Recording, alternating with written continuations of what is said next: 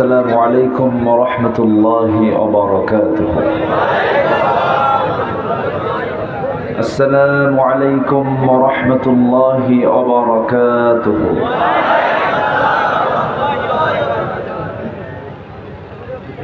إن الحمد لله الأكرم الذي خلق الإنسان وكرم وعلمه من البيان ما لم يعلم، فسبحان الذي لا يحصى امتنانه باللسان ولا بالقلم. نشهد أن لا إله إلا الله وحده لا شريك له، ونشهد أن سيدنا وحبيبنا ومولانا محمدا عبده ورسوله الذي أرسله بالحق بشيرا ونذيرا وداعيا إلى الله بإذنه وسراجا منيرا. فقد قال الله تعالى في كلامه المجيد وفرقانه الحميد: أعوذ بالله من الشيطان الرجيم. بسم الله الرحمن الرحيم.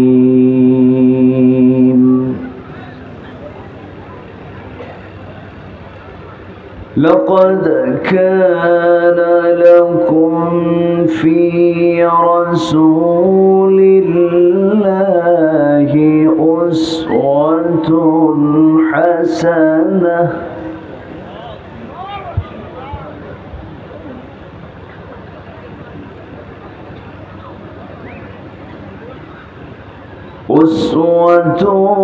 حسنة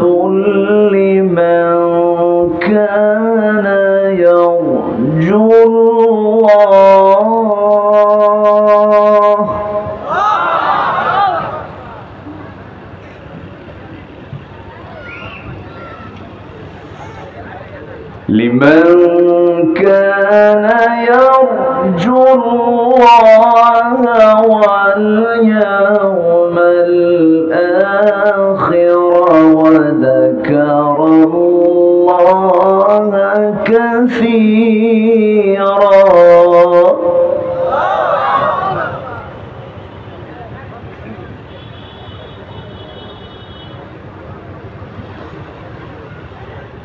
ولما رأى المؤمنون الأحزاب قالوا هذا ما وعدنا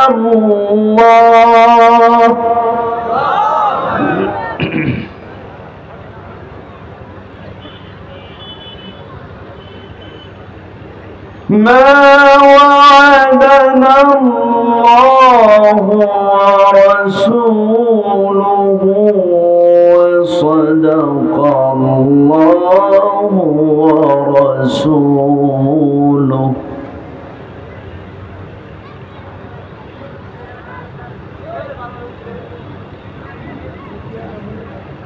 وما زادهم إلا إيمانا وتسليما.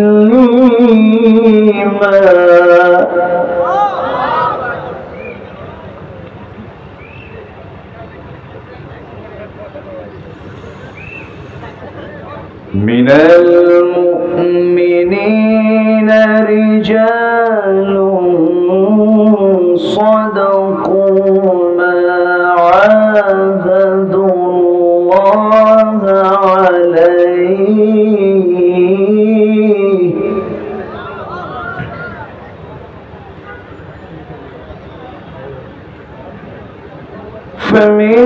فمنهم من قضى نحبه ومنهم من ينتظر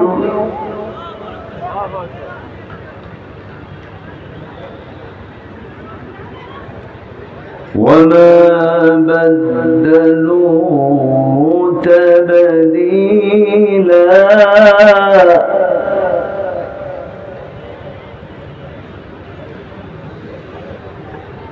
الله أكبر بسم الله الرحمن الرحيم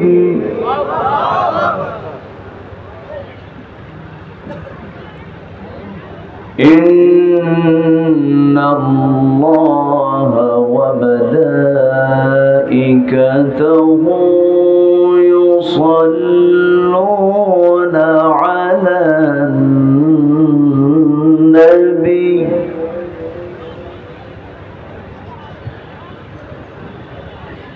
يا أيها الذين آمنوا صلوا عليه وسلموا تسليما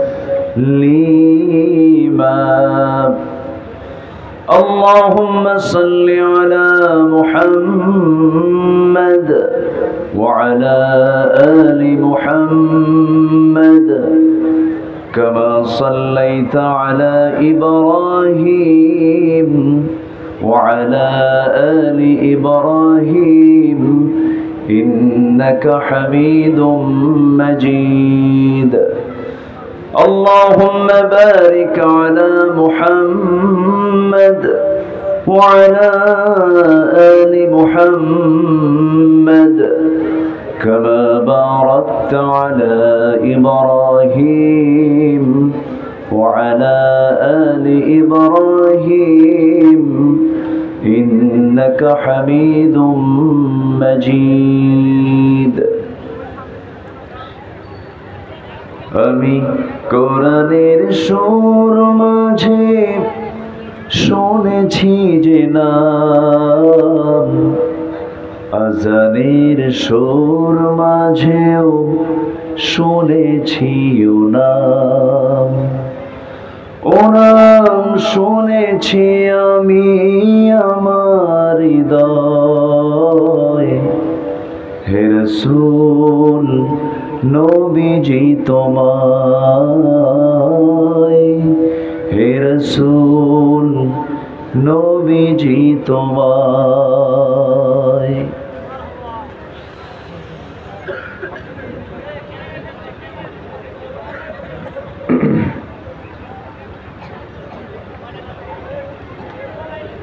রাজশাহী অঞ্চলের সীমান্তবর্তী জেলা চাঁপাইনবাবগঞ্জের গোমস্তাপুর উপজেলার চৌডালা জহুর আহমদ মিয়া কলেজ মাঠে অনুষ্ঠিত দুদিনব্যাপী তাফসীরুল কোরআন মাহফিল 2024 মহতী সমাপনী দিবসের এই বরকতময় মাহফিলের সম্মানিত সভাপতি ইসলামী আন্দোলনের বলিষ্ঠ কণ্ঠস্বর আজকের প্রোগ্রামের সম্মানিত প্রধান অতিথি জনাব মাওলানা আবু যার গফারি হাফিজাহুল্লাহ,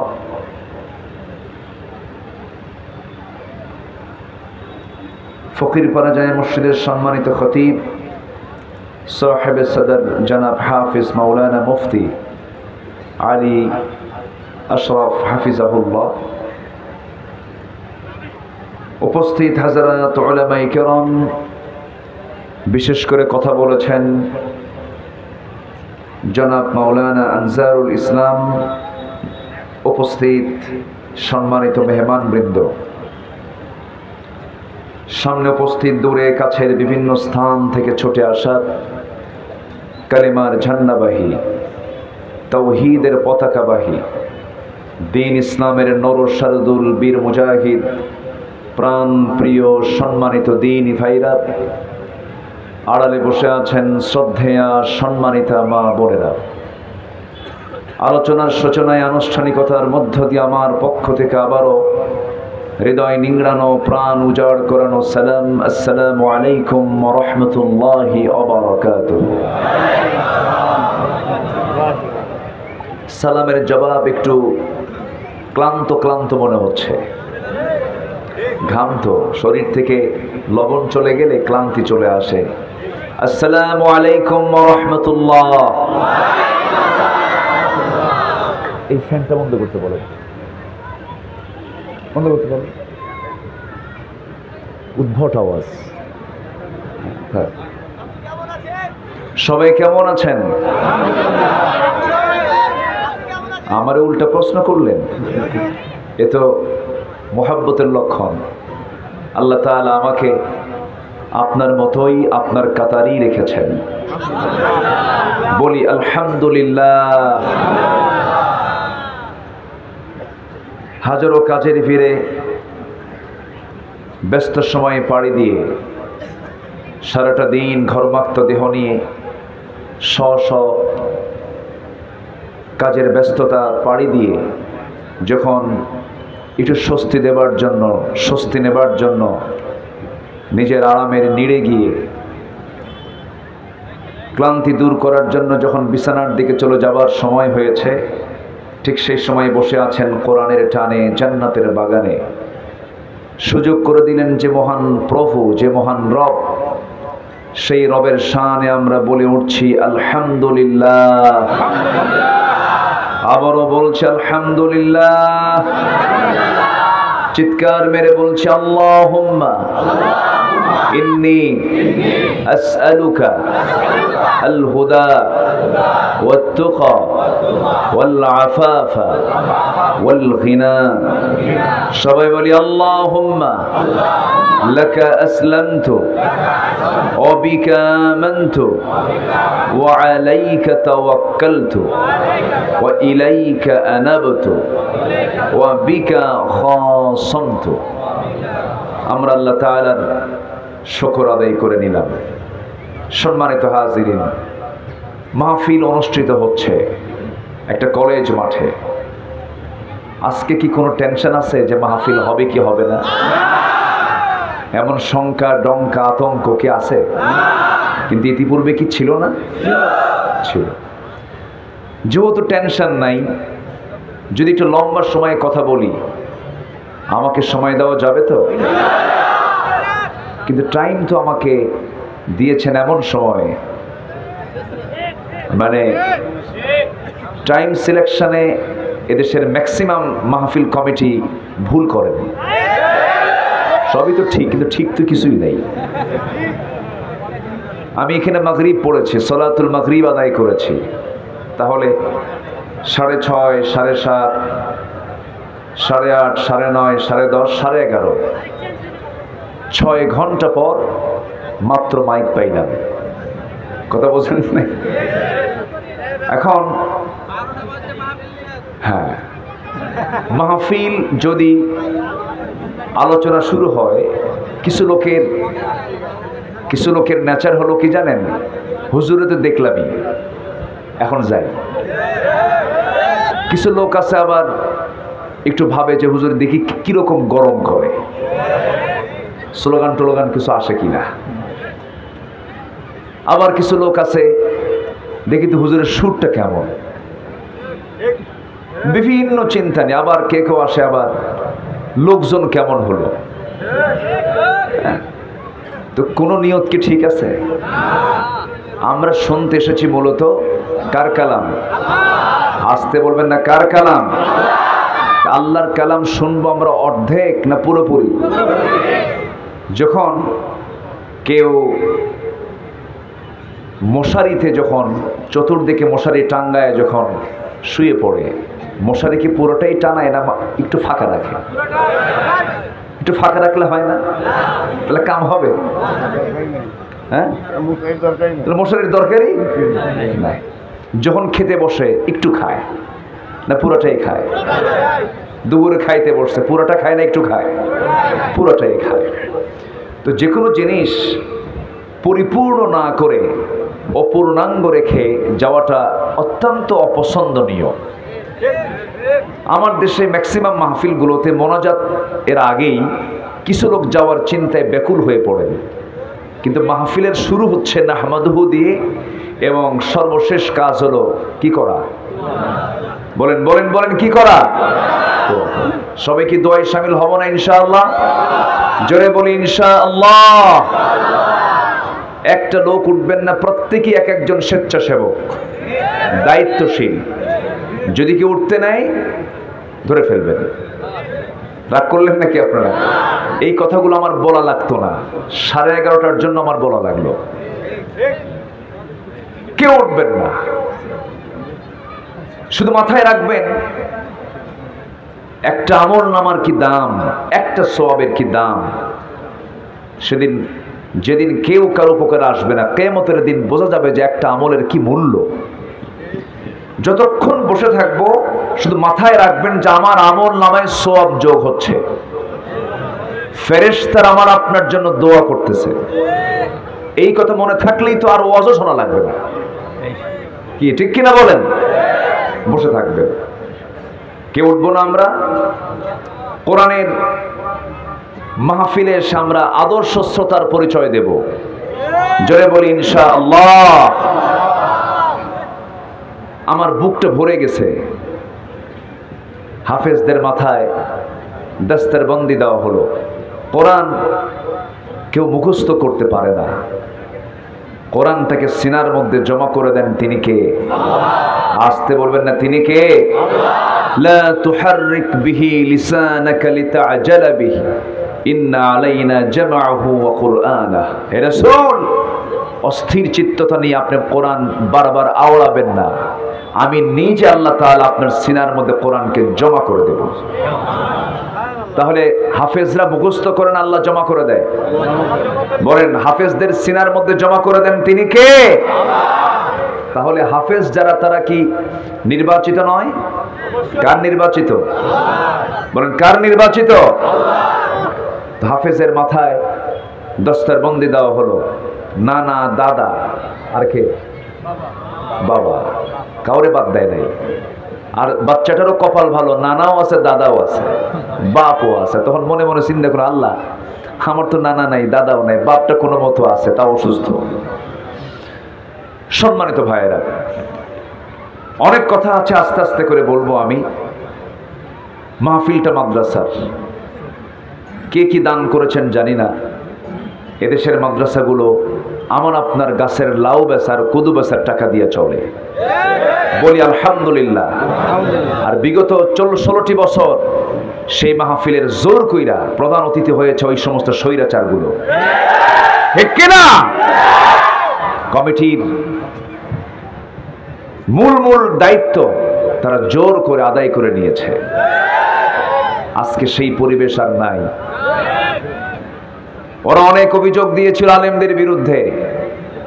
মাদ্রাসাকে বলেছিল জঙ্গির প্রজনন কেন্দ্র, আলেমদেরকে গালি দিত মৌলবাদী বলে, জঙ্গিবাদী বলে, অনেক কিছুই বলেছে। তাদের নাটক শেষ। তাদের নাটক কি? নতুন বাংলাদেশ আমরা গড়ব কোরআন দিয়ে। জোরে বলি ইনশাআল্লাহ। 4.5 লক্ষ হাফেজ আমার দেশে। কত? কি সমস্যা ওখানে? ওখানে আওয়াজ কেন? কথা বলা যাবে না, কথা বলা, যে যেখানে আছে থাকুক না, ডিস্টার্ব করা যাবে না। যে যেখানে আছেন থাকুন। শুধু ভাববেন যে আপনার এই বৈঠকে যদি কোনো ফেরেশতার কাছে আপনার যদি শিষ্টাচার বহির্ভূত কোনো আচরণ যদি ফেরেশতার কাছে দৃষ্টিগোচর হয়, শৃঙ্খলা ভঙ্গের মামলা কিন্তু ফেরেশতা দেবে আপনার বিরুদ্ধে। এটা কিন্তু মারাত্মক ব্যাপার। কিন্তু ফেরেশতা যদি মামলা দেয় জামিন হবে? জামিন হবে না। সবাই নিজ নিজ দায়িত্ব আমরা পালন করব, কেউ কারো অসুবিধা করে কোনো কাজ করব না। জোরে বলি ইনশাআল্লাহ। সম্মানিত ভাইয়েরা, আমাকে অত্র প্রতিষ্ঠানের মুহতামিম তিনি বলেছেন, হুজুর আপনার মুখ থেকে যদি শুধু 2টা মিনিট একটা ওয়ার্ড, আপনি একটা বাক্য যদি আপনি বের করেন, কেউ রাগ করবে না। বললাম কি কথা? শুধু বলবেন জন প্রতি জন 100 টাকা করে মাদ্রাসায় দিয়া যায়। দেখছেন কি চালাক! কই মনে সব কই গেল? আমারে বলতেছে। আমার আগের মেহমান উনি অনেক লম্বা সময় ধরে কালেকশন করেছেন। আমরা এমন দেশ দেখতে চাই সরকারি টাকায় এই মাদ্রাসা চলবে একদিন, জোরে বলি ইনশাআল্লাহ। আপনাদের কাছে আমরা চাইতে যাব না। এদেশের ক্রিকেটারদের পিছনে শত শত কোটি টাকা খরচ করা হয়, ঠিক কিনা? সাকিব আল হাসান নাম শুনছেন তো? কপালটা এমন, এমপিগিরি করতে পারলো না বেচারি, ঠিক আছে না? ব্যবসা করতে নিয়েছিল। এমপি তো ব্যবসাগিরি করা, বুঝেন না? এটা একটা কামাইয়ের একটা সোর্স ওদের। ইসলাম যে ক্ষমতা চায় তাকে ক্ষমতা দেয় না, যে নেতৃত্ব চায় তাকে নেতৃত্ব তার হাতে তুলে দেয় না। ইসলাম যে নেতৃত্ব চায় না তার হাতে নেতৃত্ব তুলে দেয়। কথা ক্লিয়ার? আজকে এক ক্রিকেটারের মূল্য কত? হাজার হাজার কোটি টাকা তাদের পিছনে খরচ করা হয়। আর এই হিফজ মাদ্রাসার ছাত্রগুলো আদা সিদ্ধ ডাল, আদা সিদ্ধ তরকারি খায়, তাও তৃপ্তির ঢেকুর তাদের মুখ থেকে বের হয়, মুখ থেকে বের হয় আলহামদুলিল্লাহ। তো ওই সমস্ত অনাথ গরিব কিছু ছাত্র ছাত্রীর জন্য যদি 100 টাকা করে দেওয়া হয়, কষ্ট হবে? দেখেন আওয়াজ কিন্তু কমে গেছে অলরেডি। কষ্ট হবে? সবাই কি দিতে রাজি আছেন? কি পাঠাইছিলেন কি কিছু কাউকে এর আগে? পাঠাইছিলেন? পাঠানো হয়েছে? তাহলে তো আবার কেমন কি করি কত? আমি কি একটু পরের দিকে যাই? তাহলে একটু পরে বলি এটা, না কি করব বলেন? হ্যাঁ, তাহলে একটু চাদর দিয়ে দেই। যান না, একটু তাড়াতাড়ি যান, 2-3 মিনিট। একটু বিরক্ত করছি ভাই আপনাদের, কোরআনের স্বার্থে, মাদ্রাসার জন্য। কই কোথায়? নামেন নামেন, নেমে নেমে পড়েন ছাত্ররা। 2 থেকে 3 মিনিট আমি টাইম দেব, 2 থেকে 3 মিনিট। যে যা পারি, 100-র বেশি 200 দিলে কিন্তু জায়েজ হবে না। ওই যে মহতামিম বলে দিছে আমাদের, কথা বলছেন নাকি? কিন্তু 100 টাকার 100-র নিচে দিলেও কিন্তু জায়েজ হবে না, তাহলে তো পাওয়াই যাবে না। অতএব না, ইয়াসসিরু ওয়ালা তুআসসিরু, বাশশিরু ওয়ালা তুনাফফিরু। কঠিন করো না, সহজ করো। যে যা পারি, মিনিমাম একটা কন্ডিশন জনপ্রতি যেন গড়ে এই ফিগারটা আসে। যে যা পারি আমরা দেব, জোরে বলি ইনশাআল্লাহ। তো আমরা চুপ না থেকে একটু আল্লাহর নামটা নেই, আল্লাহর জিকিরটা করি 2 মিনিটে। যে যা পারি আমরা দেব। সুবহানাল্লাহ, আলহামদুলিল্লাহ, আরো জোরে লা ইলাহা।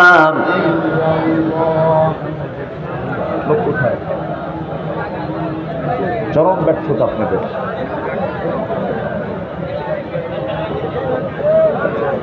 লোক কোথায়?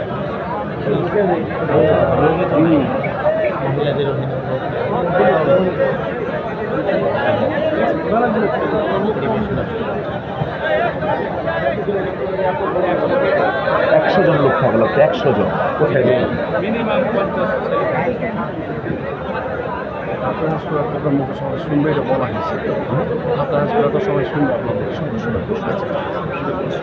আচ্ছা, আমি তো কথা বলতে বলিনি, এটা আল্লাহর নামটা নেই, সব পাবো। সুবহানাল্লাহ, আলহামদুলিল্লাহ, লা ইলাহা।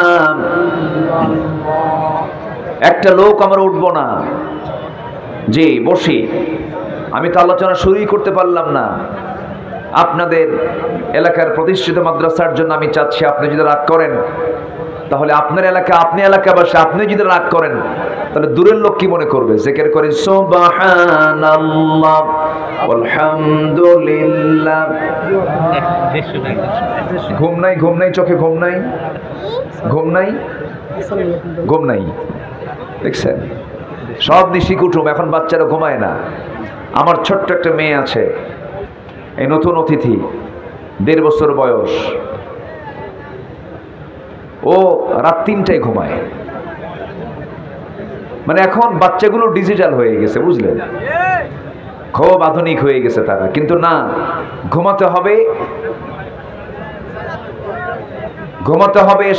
এশার নামাজ পড়ার পরেই ঘুমাতে গিয়েছেন মুহাম্মদ সাল্লাল্লাহু আলাইহি ওয়াসাল্লাম। এটা সুন্নাহ। এটা আমরা এই পদ্ধতি আমরা অবলম্বন করব। আগের মুরব্বীরা আগে ঘুমাতেন বলে তাদের রোগ সক্ষম ছিল। তো চাদরগুলো সবার কাছে মনে হয়ে গেছে, যে যা পারি আমরা দেবো ইনশাআল্লাহ। তুমি সবাইকে দেওয়ার তৌফিক দাও, জোরে বলি আল্লাহুম্মা আমিন। ছন্দপতন হলো। আসুন আমরা এখন মূল আলোচনার দিকে চলে যাচ্ছি। আমাদের মেহমান কি চলে গেছেন? চলে গেলেন? উনিও চলে গেলেন, বাম থেকে উনিও চলে গেলেন। তা আমি আর থেকে কি করি? বসেন, সবাই বসেন। আসুন আমরা আলোচনার দিকে যাচ্ছি। কোরআন নাজিল করেছেন কে? একটু জোরে বলেন, কোরআন নাজিল করেছেন কে? গতকাল নাজিল হয়েছে না 1500 বছর আগে নাজিল হয়েছে? 1500 বছর আগে নাজিল হয়েছে। 1500 বছর আগের নাজিল হওয়া কিতাব আজও পৃথিবীতে অচল না সচল? বলেন, অচল না সচল? ব্যর্থ না সফল? সফল। 1500 বছর আগের অনেক কিছু হেরে গেছে, কিন্তু কোরআন হারাবে না, ফুরাবে না। এটা জ্বালিয়ে দিয়ে ভস্ম করা যাবে না। কোরআন নাজিল করেছেন যিনি, হেফাজতের দায়িত্ব তিনি নিজে নিয়েছেন। জোরে বলি সুবহানাল্লাহ। কোরআন নিজেই নিজের পরিচয় দিয়েছে বহু জায়গায়।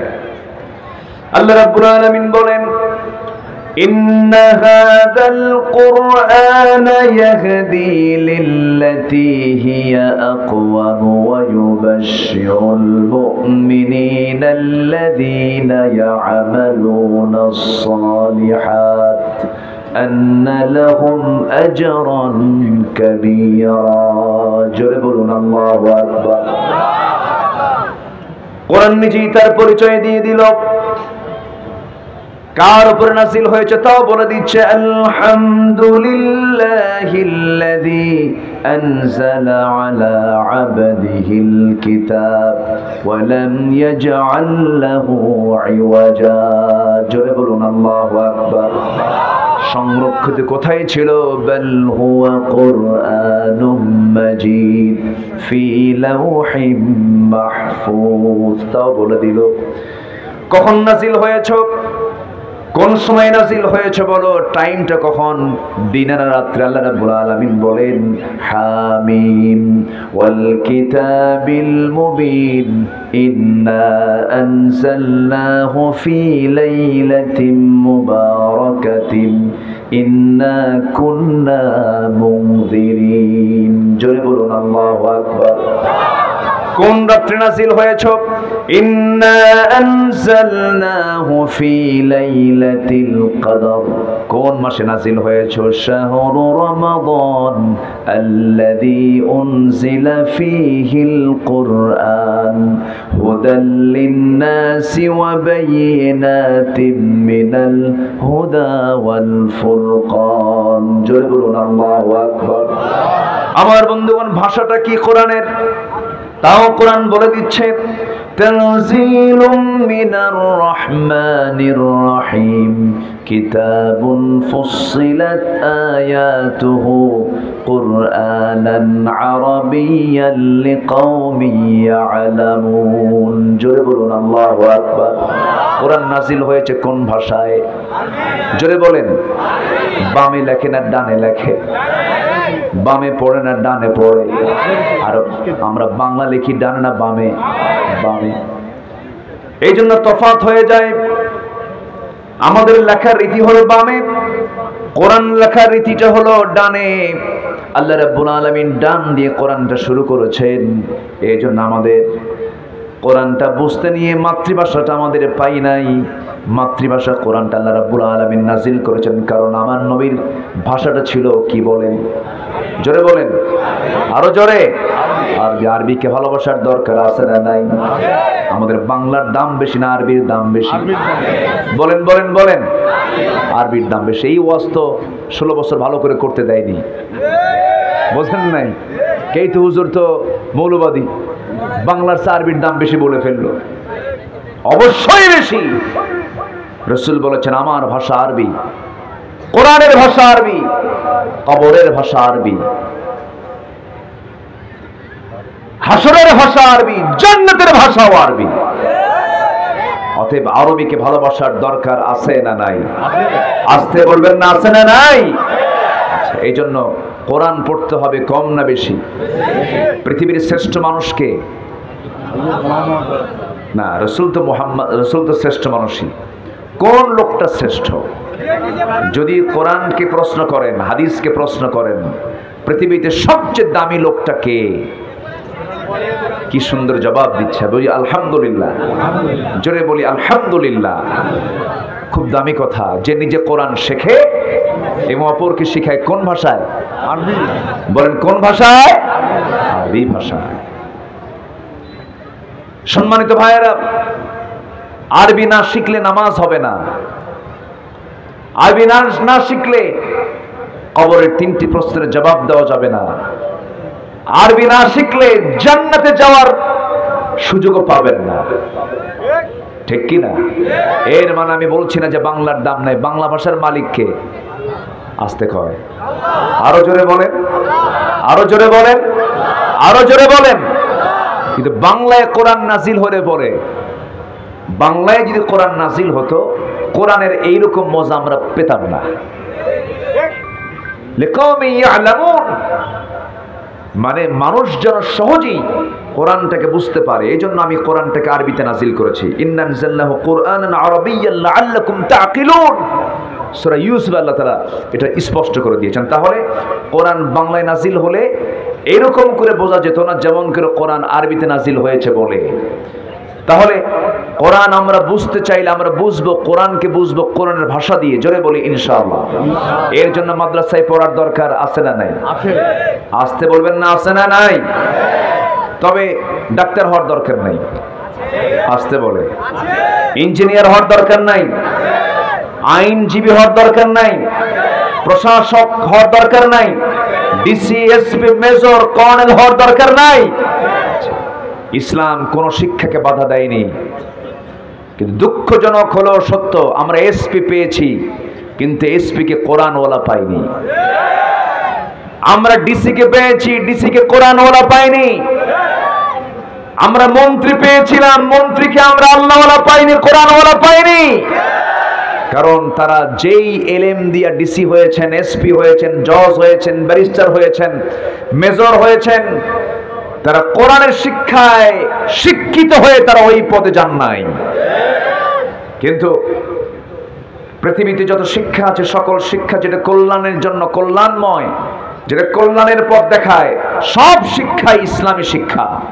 কিন্তু সব শিক্ষার মাঝে কম্পালসারি করতে হবে একটা সিলেবাস, একটা বই আল্লাহর পক্ষ থেকে। সেটা কোন সিলেবাস? আরো জোরে বলেন, আরো জোরে বলেন। কোরআন। এই কোরআনকে নিভিয়ে দেওয়ার জন্য বহু চেষ্টা করেছে একটা অপশক্তি। কোরআনের যারা জ্ঞানে জ্ঞানবান, এই বিগত 16 বছর তাদের উপরে, সে আলেমদের উপরে জুলুম নির্যাতন কম ছিল না বেশি ছিল? কম ছিল না বেশি ছিল? বেশি ছিল।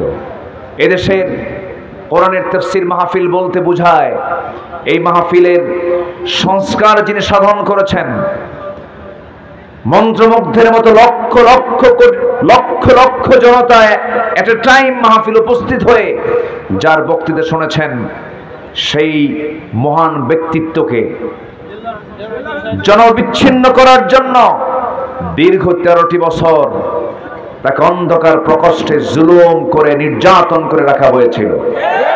ঠিক কিনা? যারা করেছে তারা কি সমাজে চেয়েছিল কোরআন জারি হোক, কোরআন প্রতিষ্ঠিত হোক? চাইনি বলেই তাদের এই লক্ষণ আমরা দেখতে পেয়েছি। শুধু এক সাইডই নয়, হাজারো আলেম ওলামা জেলখানায় পৌঁছেছিল। লম্বা আমি যদি টানতে যাই তাদের লিস্ট বহু সময় লেগে যাবে। শুধু একটা কথা বলি, সেটা হলো মৌতুল আলিম কা মৌতুল আলম। একটা আলেমের মৃত্যু মানে জগতের মৃত্যু। তার এক আলেমকে শুধু হাতে ধরে নাই, শুধু এক আলেমকে টার্গেট করে নাই, শত শত আলেম ওলামার উপরে যে নির্যাতন করেছে তার ফলাফল হলো আজকের বাংলাদেশ। এই বিজয় কে দিয়েছেন? আল্লাহ। আসতে বলেন, এই বিজয় কে দিয়েছেন? বিজয় আসে কার পক্ষ থেকে? নাসরুম মিনাল্লাহি ওয়া ফাতহুন করিব। বিজয় আসে কার পক্ষ থেকে? ছেলেগুলো, ছাত্রগুলো কি আন্দোলন করলো চিন্তা করেন। বুকে সাহসটা দিল কে? স্বরাষ্ট্রমন্ত্রীর সামনে পুলিশ বলে, স্যার এই যে দেখেন ছবি দেখেন, গুলি করি একটা পরে একটা, কিন্তু নড়ে না কেউ, সামনে আরো আগায় আসে। এই দিলের ভিতর থেকে চুল পরিমাণ ভয়টাকে আশ্রয় না দিয়ে আল্লাহ তাআলা তাদের দিলের মধ্যে দিয়েছেন পাহাড় সমান সাহস। কে দিয়েছেন? আল্লাহ দিয়ে। এই বিজয় দিয়েছেন কে? আল্লাহ। এই বিজয়কে আমরা ধরে রাখবো। জোরে বলি ইনশাআল্লাহ, জোরে বলি ইনশাআল্লাহ। গতকাল আমি শুনেছি, দেখলাম সামাজিক যোগাযোগ মাধ্যমে দেখতে পেলাম, জবি এবং ঢাবি ঢাকা ইউনিভার্সিটিতে এক ছাত্রকে অমানবিক কায়দায় তাকে কিছু ভাত খাওয়ায়া দিয়া, খাবার খাওয়ায়া দিয়া তাকে অমানবিক পাশবিক কায়দায় হত্যা করা হয়েছে। নতুন বাংলাদেশে এটা অনাকাঙ্ক্ষিত, অপ্রত্যাশিত। যারা এমন হত্যাকাণ্ডের সঙ্গে জড়িত, সে যদি আমার আপনজন হয়, ছাড় দেওয়া যাবে না। আইন সবার জন্য সমান হতে হবে। একটি কল্যাণ রাষ্ট্রের একটা গুরুত্বপূর্ণ দিক হলো আইন তার আইনের গতিতে চলবে। ব্যক্তিকে নির্দিষ্ট করে আইনের রায় হবে না, বিচার হবে আইনকে সামনে রেখে, ঠিক কিনা? আমরা আবরার ফাহাদের পুনরাবৃত্তি দেখতে চাই না। অবিলম্বে এদের শাস্তি নিশ্চিত করা হোক, এটা আমাদের দাবি, ঠিক কিনা বলেন? সম্মানিত ভাইয়েরা, এই হাজার হাজার তৌহিদি জনতার আজকের এই মাহফিল, সম্মানিত বন্ধুগণ, এই মাহফিল প্রমাণ করে আগামীর বাংলাদেশ কোরআনের বাংলাদেশ। এই জমিনে কোরআনের রাজ কায়েম হোক। সবাই কি চান? সবাই কি চান? দুহাত উঁচু করে আকাশের মালিককে সাক্ষী বানায় হাত দুটো উঁচু করে দেখায় দেন।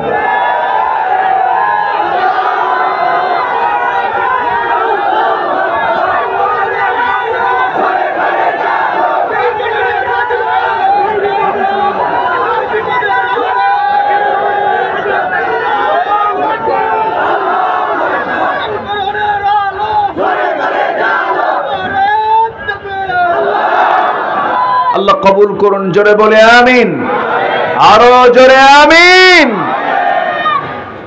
সম্মানিত ভাইয়েরা, সম্মানিত বন্ধুগণ, আমি যেখান থেকে তেলাওয়াত করেছি সেই তেলাওয়াতকৃত আয়াতের দিকে আস্তে আস্তে চলে যাচ্ছে। আমাকে টাইম দিচ্ছেন তো? কারো কোনো সমস্যা নাই? বাড়িতে চুরি হবে নাকি? চুরি তো নাই। যারা চোর 18 লক্ষ কোটি টাকা ঋণ রেখে 11 লক্ষ কোটি টাকা চুরি করে নিয়ে চলে গেছে, চিন্তা করছেন? পুকুর চোর না সাগর চোর? মহাসাগর। সম্মানিত ভাইয়েরা, সম্মানিত বন্ধুগণ, একটু কান লাগাই। এর মূল কারণ হচ্ছে দেশ স্বাধীন হয়েছে 71-এ, আজকে 2024, স্বাধীনতার 53 বছর আমরা পার করেছি। এই 53 বছরে যারা এই ক্ষমতায় এসেছিল, সব ক্ষমতার পালাবদল আমরা দেখেছি। বৈদেশিক যে সাহায্যগুলো এসেছিল, তার 75% টাকা গেছে নেতাদের পকেটে। আমরা ওই সমস্ত চোরদেরকে আর নেতার আসনে দেখতে চাই না, ঠিক কিনা বলেন? আমরা দেখতে চাই সেই নেতাকে যে নেতার চেহারার দিকে তাকালে আমার রসুলের কথা মনে হয়ে যায়। রাগ করতেছেন নাকি আপনারা? ইমাম কি নেতা হতে পারে না? ইমাম কি নেতা হতে পারে না? সম্মানিত ভাইয়েরা, আমাদের সমাজে এক শ্রেণীর মুসলমান, নামধারী কিছু মুসলমান আছে যারা আল্লাহকে মানতে চায় শুধু আসমানে, জমিনে তাদের রব হচ্ছে মানুষ। ঠিক কি না? আইন কয় প্রকার? একটা কার আইন? আরেকটা কার আইন? মানুষের আইন। তাহলে মানুষ যদি আইন বানায়, যে মানুষটা আইন বানানো সে রব, সে কি? সে এক রব। তাহলে আইন মূলত কার হবে? আল্লাহ। যারা আল্লাহকে আসমানে মানে, জমিনে মানুষের তৈরি করা আইনকে মানে, তাদের রব কয়জন? তাদের রব কয়জন? ঈমান আছে না গেছে? অতএব আমাদের রব কয়জন? আমরা আইন মানবো কার? দুইটা না একটা? সে আইন হবে কার আইন? আল্লাহর আইন। ক্লিয়ার কথা? কথা কি ক্লিয়ার? নামাজ পড়লে লাভ হবে? যারা দুই আইনকে মানবে, যারা দুই রবকে মানবে, নামাজ পড়লে লাভ হবে, হজ করে লাভ হবে, যাকাত দিয়ে লাভ হবে, দান সদকা করে লাভ হবে। এত বড় দাড়ি বানায়া, দাড়ি বানায় আবার কাটে, আছে কি না? কয় নাম্বার ধনী? এক নাম্বার ধনী, এক নাম্বার চোর। ঠিক কি না? লজ্জায় মাথা নিচে হয়ে যায়, লজ্জায় মাথা নিচু হয়ে যায়। এক নাম্বার ধনী, এক নাম্বার চোর। রাগ করতেছেন? পাসপোর্ট নাই, কই যাবে? উঠছে নৌকায়। উঠছে কোথায়? সারা রাত ঘুরছে, কুল কিনারা খুঁজে পায় না। ধরা পড়ছে, সে পরে পড়ছে ধরা। আগে একজন ধরছে, একজনকে ধরার পর তাকে ধরে নিয়ে চলে যাচ্ছে, অনেক দূর চলে গেছে। বলে, তুমি আমার একা নিয়ে যাও কেন? ওই যে দরবেশ বসে আছে। কথা বলে, দরবেশ কই? মুখে তো দাড়ি নাই, দাড়ি কাটছে, চুল কালো বানাইছে। আমার কথা কি বোঝা যায়? যায় বোঝা? আমার কথা বোঝা যায়? তাহলে যারা দাড়ি কাটে আবার দাড়ি রাখে, তারাই তো ধর্মের ব্যবসায়ী। আমরা কাটার জন্য রাখি নাই, নবীজির মুহাব্বতের জন্য রেখে দিয়েছি। আবার পালানোর জন্য বোরকাও পরে, পালানোর জন্য বোরকা, দাড়ি কাটে, আবার ইহরামের কাপড়ও পরে। ঠিক কিনা? তাহলে ইহরামের কাপড়কে, দাড়িকে, বোরকাকে এরা পুঁজি বানিয়ে তারাই ধর্মের নামের ব্যবসা করতেছে। ঠিক কিনা বলেন? সম্মানিত ভাইয়েরা, আবার আরেকজন দাঁড়িয়ে রাখলো কানাই ঘাটে। সিলেটবাসীকে ধন্যবাদ জানাই, বিসি শুদ্ধ আউট করছে। জানেন না আপনারা?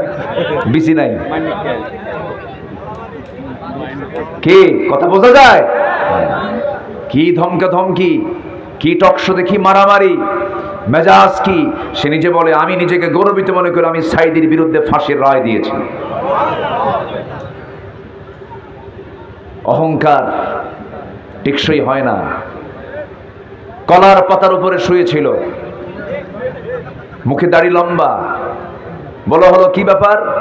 কে পার হতে চাইছে কিন্তু পার হতে পারলাম না, আমার টাকা ছিনতাই করে নিয়ে চলে গেছে। 60 থেকে 70 লাখ টাকা সে নিয়ে চলে গেছে একসাথে। এরপরে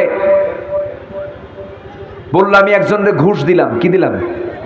মানে ঘুষ মানে টাকা দিয়ে সে পার হয়ে যাবে, সীমান্ত বর্ডার পার হবে। পার তো করেই দিল না, শেষ পর্যন্ত আমার সকল কিছু ছিনতাই করে নিয়ে চলে গেছে। সম্মানিত ভাইয়েরা, সম্মানিত বন্ধুগণ, উদাহরণ দেওয়ার জন্য জালিমদের আর ফেরাউনের কাছে যাওয়া লাগে না। আমার দেশেই ফেরাউন কিছু তৈরি হয়ে গেছে। ঠিক কিনা? 5 আগস্টে নিজের চোখে দেখা তাজা প্রাণ যুবক যারা দেশকে গড়ত, মুগ্ধকে তারা মেরেছে, আবু সাইদকে তারা মেরেছে। আবু সাইদ মুগ্ধদের রক্তকে আমরা বৃথা যেতে দেব না। কোন সন্ত্রাসীদের স্থান আমরা বাংলার জমিনে রাখবো না। এটা সন্ত্রাস মুক্ত, চাঁদাবাজ মুক্ত, জুলুম মুক্ত একটি দেশ কল্যাণ রাষ্ট্র আমরা দেখতে চাই। জোরে বলি ইনশাআল্লাহ। এর জন্য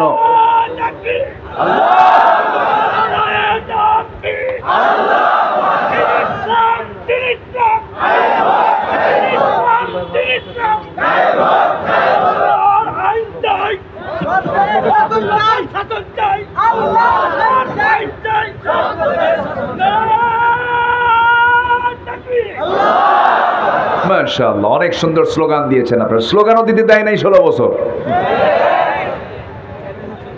এক মাহফিলে স্লোগান দিচ্ছে জনগণ, আমি তো বলিও নাই। স্লোগান দিচ্ছে, এক নেতা এসে বলে আমারে, হুজুর স্লোগান বন্ধ করেন, নচেত মাহফিল বন্ধ। তো বললাম, আপনি কি নামাজ পড়েন? হ্যাঁ পড়ি।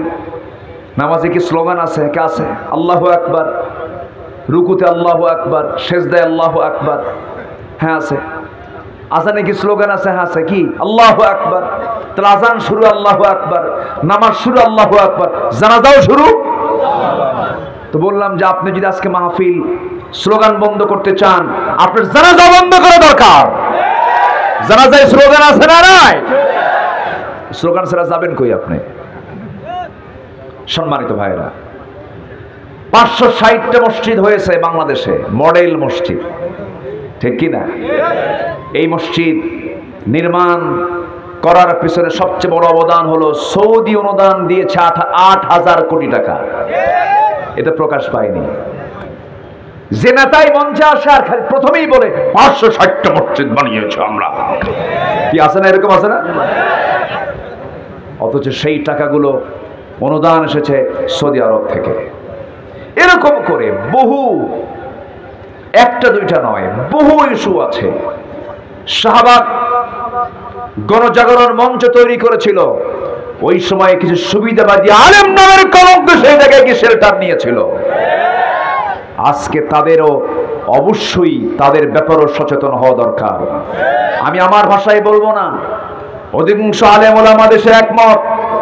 সেই দিন গণজাগরণ মঞ্চে যে সমস্ত আলেম নামের কলঙ্ক যারা সেখানে গিয়ে একাত্মতা প্রকাশ করেছেন, নিঃসন্দেহে আমরা বলতে পারি তারাই হচ্ছে ওলামায়ে সু, তারাই হচ্ছে মুনাফিক, তারাই হচ্ছে দালাল।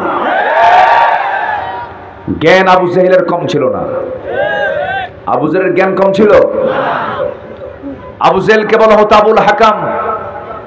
এত জ্ঞানী ছিল যে উটের পায়খানা দেখে বলতে পারতো উটের পায়খানা, উটের পায়খানা দেখে বলতো এটা কোন গোত্রের উট। আবু জেহেল প্রচন্ড ধী অনুভূতি সম্পন্ন একজন মেধাবী মানুষ ছিল আবু জেহেল, কিন্তু ইলম দিয়ে কোনো কাজ হয়নি, কারণ তার মধ্যে ঈমান নাই। কি নাই? আবার কিছু মুনাফিক আমার নবীর পিছনে নামাজ পড়তো, ইক্তেদা করত, তারা ছিল মুনাফিক। জ্ঞান ছিল, ইলম ছিল, কিন্তু সেই ইলমটা কাজে লাগিয়েছে হলো দ্বীন ধ্বংস করার জন্য। এরকম মুনাফিক মার্কা আলেম আমার দেশে আছে না নাই? আসতে বলবেন না, আছে না নাই? কিতাব বোঝে ওরা, কিন্তু ইসলাম বোঝে না। ওরা কিতাব বোঝে কিন্তু ইসলাম বোঝে না। খালি হাদ্দাসানি হাদ্দাসানি শিখলে হবে না। শুধু শত শত হাদিস, হাজার হাজার হাদিসের রেফারেন্স মুখস্থ করলে হবে না। জমিন যার, আইন প্রতিষ্ঠা করতে হবে তার। এই দায়িত্ব পালন করবে না যে সে আলেমের 4 পয়সা মূল্য নয়। রাগ করতেছেন? একটু মন খুলে কথা বলতে হবে তো। এই জন্য সব কথাগুলো বলে দিচ্ছি একটু একটু করে। সম্মানিত ভাইয়েরা, 13 বছর যারা জেল খাটলো যে সমস্ত আলেমরা, তাদের দাম, এই 16 বছর যারা মাজলুম হলো তাদের দাম, সেই সমস্ত আলেমের দাম। আর যারা এই 16 বছর সকল সুযোগ সুবিধা নিয়েছে সরকারের, ওই জালিম সরকারের সুবিধাভোগী আলেম আমার দেশে আছে না নাই? যারাই সুবিধা নিয়েছে তারাই হচ্ছে মুনাফিকের বাচ্চা। কি ঠিক আছে? কথা রাইট? অঙ্ক হিসাব করতে, অঙ্ক কষতে ভুল করা যাবে না। এই 16 বছর যারা সুবিধা নিয়েছে ওরাই মুনাফিক, এটা মাথায় রাখবেন। সম্মানিত ভাইয়েরা, তাহলে দেশকে সুন্দর করার জন্য একজন আদর্শ নেতার দরকার আছে না নাই? কেউ বাপ নিয়ে ব্যস্ত, কিনে ব্যস্ত, খালি বাপ। কিন্তু সেই বাপ তো শেষ পর্যন্ত সেই বাপের মাথা ভাঙ্গিয়া নামায় দিছে। ডক্টর ইউনূসকে প্রশ্ন করা হলো যে এই মুরালগুলো, এই মূর্তিগুলো ভাঙতেছে, তা আপনি কি করছেন? কে প্রশ্ন আমাকে করেন কেন? যার মূর্তি ভাঙতেছে তার মেয়েকে প্রশ্ন করেন, ঠিক কিনা? সম্মানিত ভাইয়েরা, কেউ বাবা নিয়ে ব্যস্ত, কেউ স্বামী নিয়ে ব্যস্ত, কারো বাপের দেশ, কারো স্বামীর দেশ, মাঝখান দিয়ে আমরা শেষ। আমরা শেষ হতে চাই না। আমরা কাউ কিনে ব্যস্ত হব না, আমরা আমার রাসূল কিনে ব্যস্ত হব। জোরে বলি ইনশাআল্লাহ। আমার নেতা অপ্রস্তুত না প্রস্তুত? আমার নেতা আছে না নাই? আমার নেতা তৈরির জন্য কোনো চিন্তা করা লাগবে না, আল্লাহ নেতা বানায় দিয়েছেন। মুহাম্মদুর রাসূলুল্লাহ, মুহাম্মদুর রাসূলুল্লাহ। এই ওঠে কেন? এই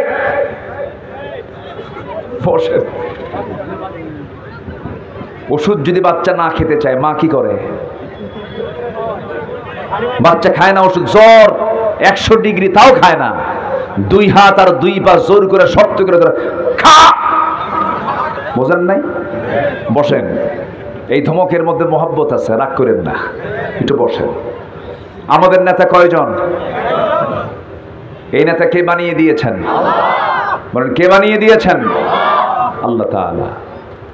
আজ থেকে 1500 বছর আগে আল্লাহ রাব্বুল আলামিন নবীর শানে জানিয়ে দিলেন। সূরাতুল আহজাব থেকে আমি তেলাওয়াত করেছি 21 নম্বর আয়াত।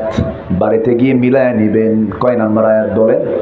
সূরাতুল আহজাব 21 নম্বর আয়াত। লাকাদ কানা লাকুম ফি রাসূলিল্লাহি উসওয়াতুন হাসানাতুন লিমান কানা ইয়ারজুল্লাহ واليوم الآخر وذكر الله كثيرا। জোরে বলুন আল্লাহু আকবার।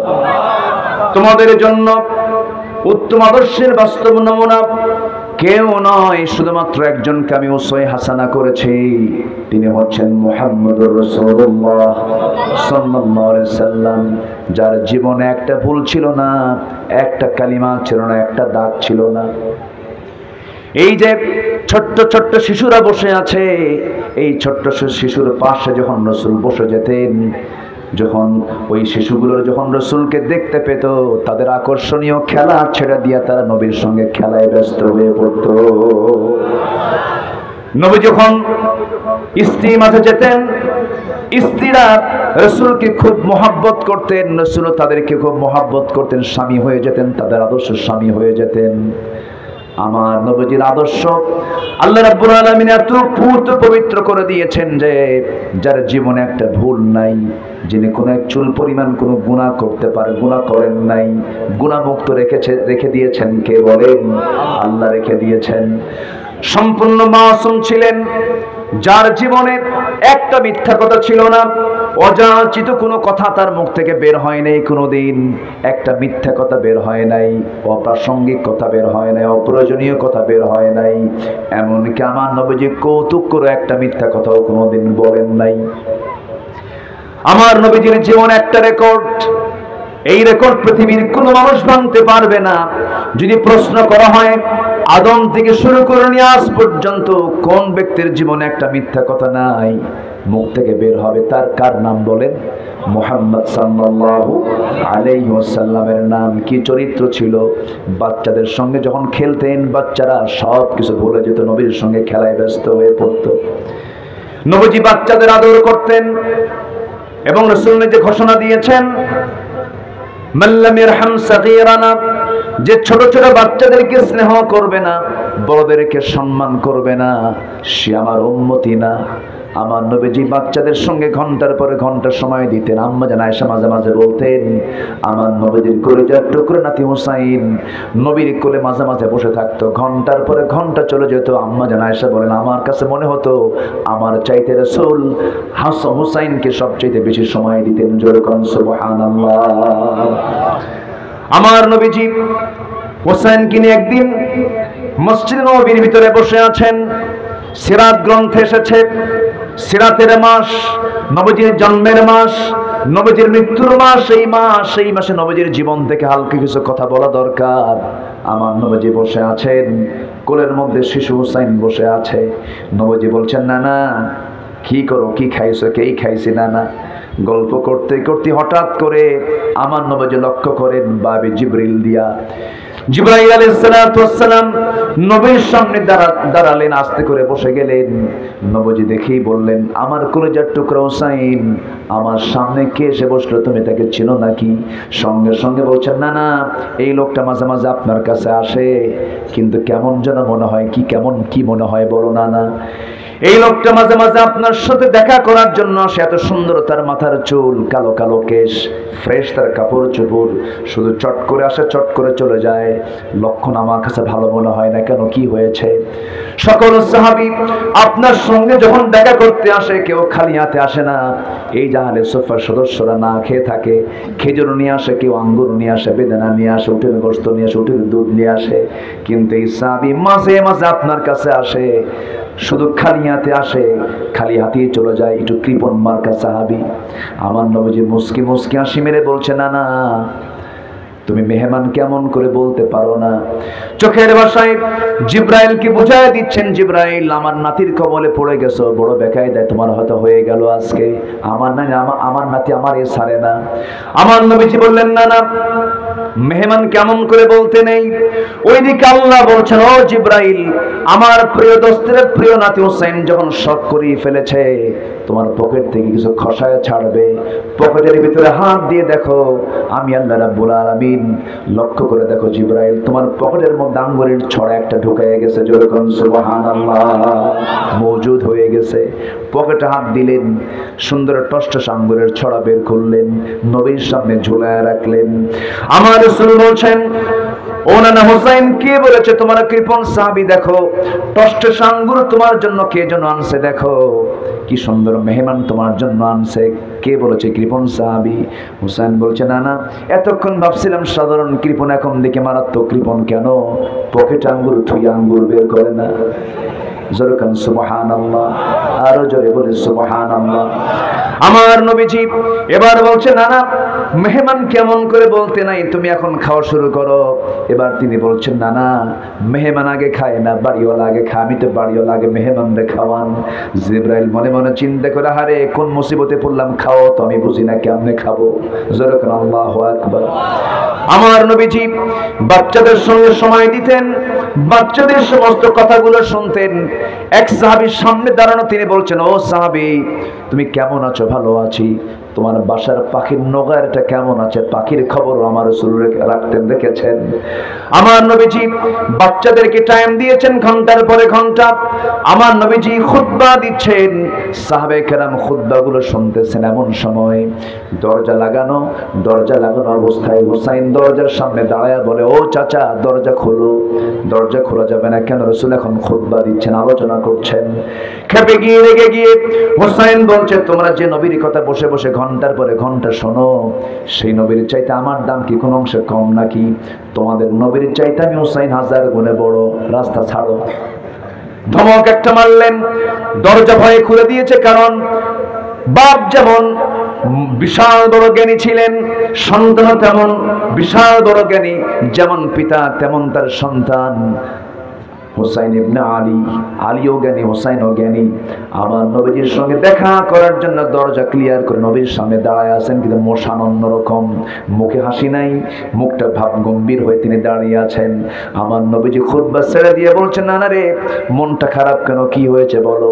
এবার বলছে, না না, মন তো খারাপ হবেই, আমার কি দাম নেই, আমার কি আত্মসম্মান নেই, আমার কি ব্যক্তিত্ব নেই? কেন দরজায় দাঁড়ায় থাকি, তোমার সাহাবীরা দরজা খুলে না, আমার কি দাম নেই? অবশ্যই তোমার দাম আছে। না না, আমি তোমাকে আজকে বেশি সময় দেব না, আমার বেশি টাইম নাই, তাড়াতাড়ি চলে যাব। তবে আমি আজকে তোমাকে 3টা প্রশ্ন করব, 3টা প্রশ্নের জবাব তুমি আমারে দেবা।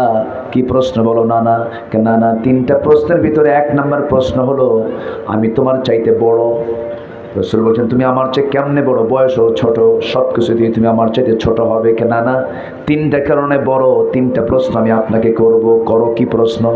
এবার বলছেন আর প্রশ্ন যদি আমি করতেই চাই, আমি আপনাকে শুধু একাকি প্রশ্ন করব তা নয়, যত সাহাবী আপনার আছে সব সাহাবীর সামনে ডেকে বসেন, সব সাহাবীর সামনে আজকে আমার কিছু কথোপকথন হবে, আমার কিছু বোঝাপড়া হবে, আমার কি দাম নাই নাকি? এবার সবাইকে ডাক দিলেন, হুসাইনকে। এবার বলছে নানা কি প্রশ্ন করবে বলো? নানা তুমি বলো তো আমার প্রিয় বসার জায়গা কোনটা, আমার বুকটা। নানা তুমি শুয়ে পড়ো। শুয়ে পড়লেন। দৌড় মেরে গিয়া নবীজির বুকের উপরে বসে রাসূলকে শোয়া রেখে বলছে নানা আমার প্রিয় জায়গায় বসলাম, এখন বলো তো নানা তোমার বাবার নামটা কি? আব্দুল্লাহ। বাড়ি কোথায়? মক্কায়। কোন বংশ? কুরাইশ বংশ। এবার বলছে নানা আর নতুন করে পরিচয় দিতে পারবে না, এতটুকুই তোমার আব্বার পরিচয় শেষ। ও নানা তুমি কি জানো আমার বাবার পরিচয়টা কি? আমার বাবা হলেন এই দুনিয়ার সমস্ত কাফের বেঈমানদের জন্য যাকে আসাদ করে পাঠিয়েছেন, সিংহ করে পাঠিয়েছেন, গর্বিত পিতা আলী ইবনে আবি তালিব। সেই আমার পিতা এক পাল্লায়, তোমার পিতা আব্দুল্লাহ এক পাল্লায় যদি দেওয়া হয়, আল্লাহর কসম করে বলি আমার বাবা আলীর ওজনটাই বেশি ভারী হয়ে যাবে। আমার নবীজি কথাগুলো শুনছিলেন, ছোট মুখে এত দামি দামি কথা। আমার নবীজি মুস্কি মুস্কি আসতেছেন, কিন্তু চোখের কোনায় পানি জমে গেছে। এবার বলছে নানা 2 নাম্বার প্রশ্ন কি বলো? এবার বলছে নানা বলো তো তোমার মার নামটা কি? আমেনা। বাড়ি কোথায়? মদিনায়। এতটুকুই তার পরিচয় শেষ। কিন্তু নানা আপনি কি জানেন আমার নানার পরিচয়টা কি? আমার নানা হলেন, আমার মা হলেন আপনার মা আমেনা। আমার মাটাকে, আমার মা হলেন সেই মা জান্নাতের সমস্ত রমণীদের সর্দারিনী খাতুনে জান্নাত মা ফাতিমা। আমার মা ফাতিমাকে এক পাল্লায় দাও, তোমার মা আমেনাকে এক পাল্লায় দিয়ে দাও। আল্লাহর কসম করে বলি আমার মা ফাতিমার ওজনটাই ভারী হয়ে যাবে। নানা বলো, তুমি বলো না আমি বড়? তোমার বাপ ছোট, আমার বাপ বড়। তোমার মা ছোট, আমার মা বড়। এবার বলছে নানা নাম্বার 3 প্রশ্ন বলো তো তোমার নানার নামটা কি? রাসূল বলছেন আমার নানার নাম হলো ওহাব জোহরি। বাড়ি তার কোথায়? মদিনায়।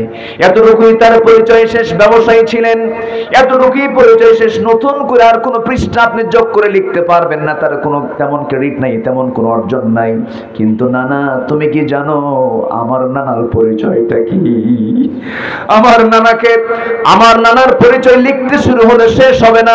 কোনো কবি কবিতা লিখে শেষ করতে পারবে না, কোন সাহিত্যিক সাহিত্য লিখে শেষ করতে পারবে না।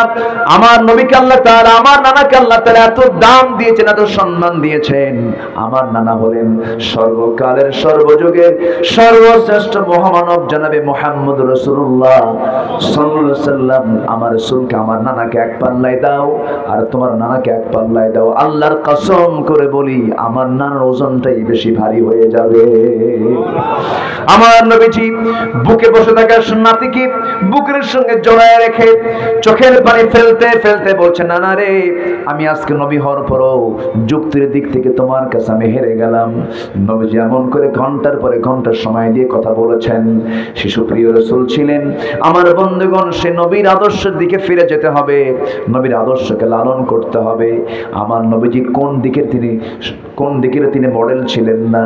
যখন ঘরে ঢুকতেন স্বামী হয়ে যেতেন, সন্তানদের সামনে দাঁড়াতেন বাবা হয়ে যেতেন, যুদ্ধে যেতেন নেতা হয়ে যেতেন, নামাজে দাঁড়াতেন ইমাম হয়ে যেতেন, বিচারপতির চেয়ারে বসতেন বিচারপতি হয়ে যেতেন। আল্লাহু আকবার বলেন। আমার নবীর আদর্শের কি কোনো ঘাটতি ছিল? ঘাটতি আছে? কোন নেতা মানো যে নেতা বিড়ি খায়? কোন নেতা মানো যে নেতা গাঁজা খায়? কোন নেতা মানো যে নেতা নামাজ পড়ে না? হাইব্রিড ওয়ালা মোসরা নেতৃত্ব আমরা মানতে চাই না।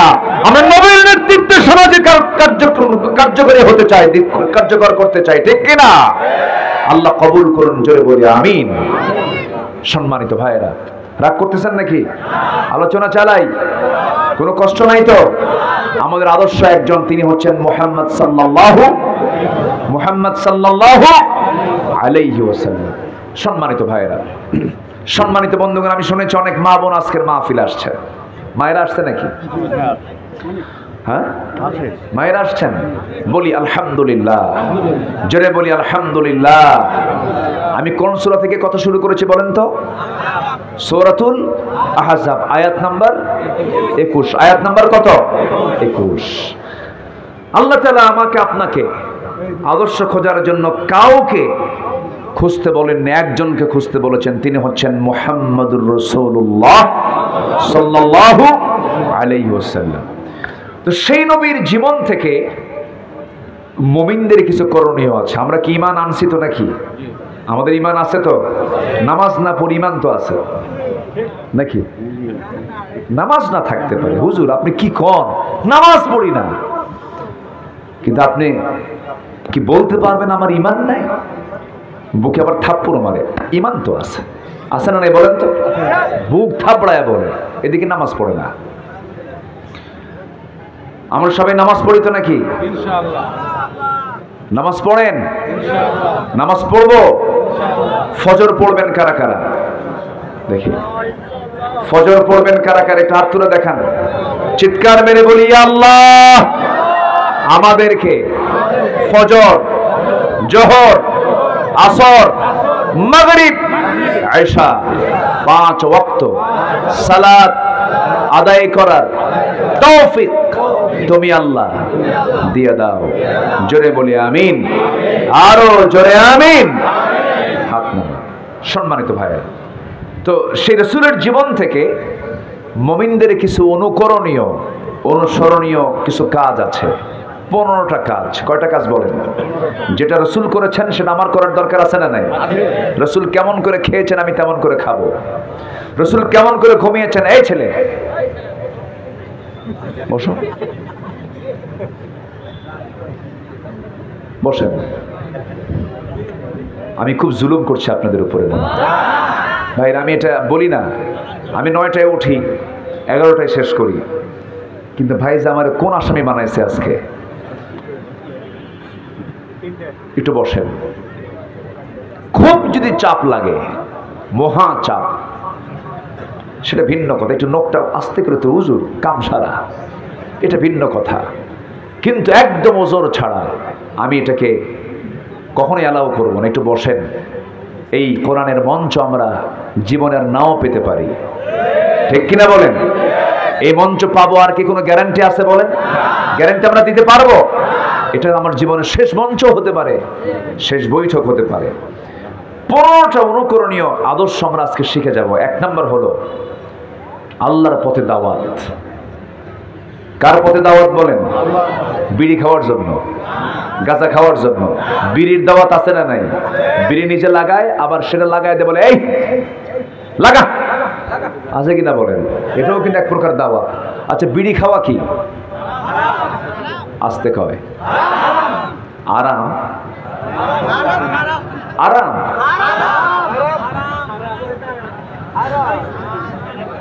আচ্ছা, একটু বসেন। আমার দেশে প্রতিটি ঘরে, ম্যাক্সিমাম ঘরে বিড়ি আছে না নাই? বলেন, বিড়ি আছে না নাই? আর মেয়েদের জন্য আছে হলো জর্দা, আছে না নাই? দাদির মুখে যদি জর্দাই না থাকে, এটা কেমন দাদি হলো? জর্দা হলো কাঁচা, জর্দা ডাইরেক্ট খায়, আর বিড়ি হলো একটু পোড়ায় খায়, এটাই কিন্তু নেশা। এটা কি বলেন? নেশা। তামাকের সাথে কোন নবীর সম্পর্ক ছিল বলেন? অনেকে খুঁজতেছে, দেখি তো কোন নবী খুঁজে পাওয়া যায়। বলেন, তামাকের সঙ্গে কোন নবীর সম্পর্ক ছিল? তাহলে আমার সম্পর্ক কেন হবে? মাহফিলে সবার প্রশ্ন করে, হুজুর একটা প্রশ্ন, কি বিড়ি খাওয়া কি জায়েজ? মানে উনি জায়েজের চেষ্টায় আছে। অনেক ফিকির করি আমরা, কিন্তু না, কোন নেশা একজন ইমানদার তার জীবনে বাস্তবায়ন করতে পারে? বিড়ি খায় কি পেট ভরে? আচ্ছা, বিড়ি খায় কি স্বাস্থ্য ভালো হয়? তাহলে এটা কি ব্যয় না অপব্যয়? ব্যয় না অপচয়? অপচয়। তো অপচয় কার ভাই? অপচয় যে করে সে কার ভাই? কার ঘোষণা? এমন লোক আছে দিনে 200 টাকার বিড়ি খায়, 400 টাকার সিগারেট খায়, আছে না নাই? খায় আবার খাওয়ায়, খায় আবার খাওয়ায়। বিশাল ব্যাপার। এটাও দাওয়াত। এটা কি দাওয়াত। এই দাওয়াতকে আমরা দেব না। একটু আয়াত বলবো, আমি একটু মনোযোগ দিয়ে শুনতে হবে, কিন্তু আয়াত যত বেশি হবে রহমত তত বেশি নাজিল হবে। একটু আয়াত আমি বলবো, এখন মনোযোগ দিয়ে শুনবে। আমার দেশে আমি এমন শ্রোতা দেখতে চাই, অদূর ভবিষ্যতে এই দেশে এমন শ্রোতা তৈরি হবে, বক্তা যে আয়াতই বলবে সে আয়াত সঙ্গে সঙ্গে শ্রোতারাও বলবে।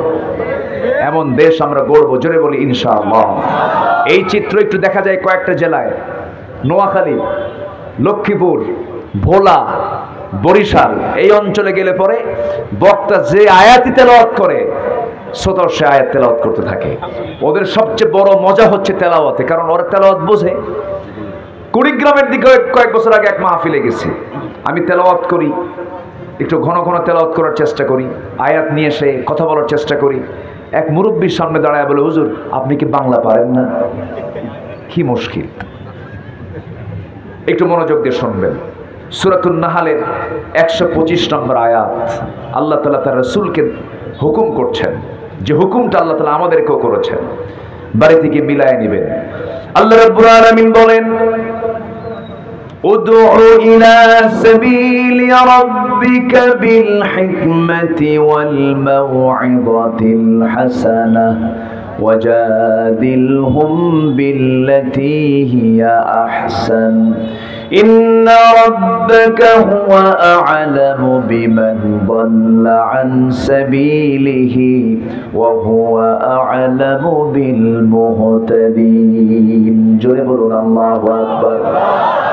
হে রাসূল, আপনি উত্তম নসিহতের মধ্য দিয়া, হিকমতের মধ্য দিয়ে আপনি কালিমার দাওয়াতের কাজ করুন। নাম্বার 2 হলো, আমার নবীর আদর্শের মধ্যে আমাদের কিছু অনুকরণীয় দিক আছে। 1 নাম্বার হলো দাওয়াতি কাজ করব আমরা। রাসূল দাওয়াতি কাজ করেছেন, আমরা দাওয়াতি কাজ করব। একটা আয়াত জানলে পরে সেটা অন্যকে শোনায় দেব, জোরে বলি ইনশাআল্লাহ। আমি নামাজ পড়ব, আমার প্রতিবেশী নামাজ পড়বে না, হবে না। ফজরের সময় যখন বের হয়ে যাব, আসসালাতু খায়রুম মিনান নাওম, মুয়াজ্জিন বলে দিল, সন্তানকে আগে ডাকায় দেব। সন্তানের ঘুমটা রহমত শৈশবের জন্য কখনো হতে পারে না। আমার বন্ধুগণ, সন্তানকে আপনি স্বাস্থ্যের দিকে তাকায় সন্তানকে ডাক দিচ্ছেন না, সন্তান ঘুমাক, স্কুল আছে, ফজরের সময় ডাক দিলেন না। আমার বন্ধুগণ, সন্তানের এই স্বাস্থ্যের দরকার বেশি না জাহান্নাম থেকে বাঁচার দরকার বেশি? জাহান্নাম থেকে বাঁচার দরকার বেশি। জাহান্নাম থেকে বাঁচার জন্য সন্তানকে টেনে তুলে বলবেন, বাবা নামাজ পড়। বউটাকে ডাক দিয়ে বলবেন, বউ নামাজ পড়ো। সন্তানকে ডাক দিয়ে বলবেন, সন্তান নামাজ পড়ো। প্রতিবেশীকে ডাক দিয়ে বলবেন, প্রতিবেশী নামাজ পড়ো। কারণ কু আনফুসাকুম ওয়া আহলিকুম নারা। নাম্বার 2 হলো সাহসিকতা। আমার নবীজি ভীরু ছিলেন না, সাহসী ছিলেন।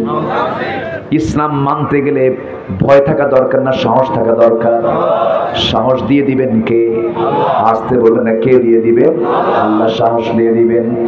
আমার নবীজিকে আল্লাহ তাআলা অর্ডার করলেন, ফাসদা বিমা তু'মারু ওয়া আ'রিদ আনিল মুশরিকিন। জোরে বলুন আল্লাহু আকবার। আপনি প্রকাশ্যে জানায়া দেন, প্রকাশ্যে শুনিয়ে দেন, আবু জেহেলরা কি বলল, উতবা শাইবারা কি বলল, এইদিকে আপনি তাকাবেন না, আপনি বলে দেন। আমার নবীজি বলা শুরু করলেন। যখন বলা শুরু করেছেন, আমার নবীজি মার খান নাই? আসতে বলেন, মার খান নাই? গালি শোনেন নাই? হায়রে, এক দিনের কথা আমার মনে হয়ে গেল। সেরা মানুষ পৃথিবীর, আমার নবীজির প্রিয় সাহাবী, 1 নম্বর সাহাবী সাইয়েদনা আবু বকর সিদ্দিক রাদিয়াল্লাহু তাআলা আনহু মসজিদে হারামের সামনে গিয়া, কাবার চত্বরের সামনে গিয়া সুন্দর করে নামাজ পড়া শুরু করলেন। রুকু করছেন, সেজদা দিতে নিয়ে হঠাৎ করে দেখতে পেলেন উতবা, শাইবা, মুগিরা সব চলে আসছে, তাকে ঘেরাও করে ফেলেছে। সেজদা দেওয়ার সঙ্গে সঙ্গে মাথার উপরে খরম জুতার চাপ দিয়া তাকে ফেলে দিয়া নাকের উপরে জুতা চাপায় দিয়া নাকটা বোচা বানায় দিয়েছে, রক্তাক্ত করে ফেলেছে। সেন্সলেস হয়ে পড়ে আছেন। ওরা ভাবলো বুঝা আবু বকর মারা গেছে, আবু বকর আর দুনিয়াতে বেঁচে নাই, মরা মনে করে রেখে চলে গেছে। কিছুক্ষণ পর তার সেন্সটা ফিরেছে। সেখান থেকে সেন্স ফেরার সঙ্গে সঙ্গে দেরি করলেন না। ওই নাক রক্তাক্ত অবস্থা নিয়ে কোনো মতো নিজে বাঁচার জন্য নয়, নিজের বাড়ির দিকে রওনা না দিয়া নবীর ঘরের দিকে রওনা দিলেন। দরজায় গিয়ে নক করলেন, দরজায় কড়াঘাত করে বলছেন, হুজুর দরজা খুলুন। নবী আবু বকর দরজা খুলে দেওয়া হলো।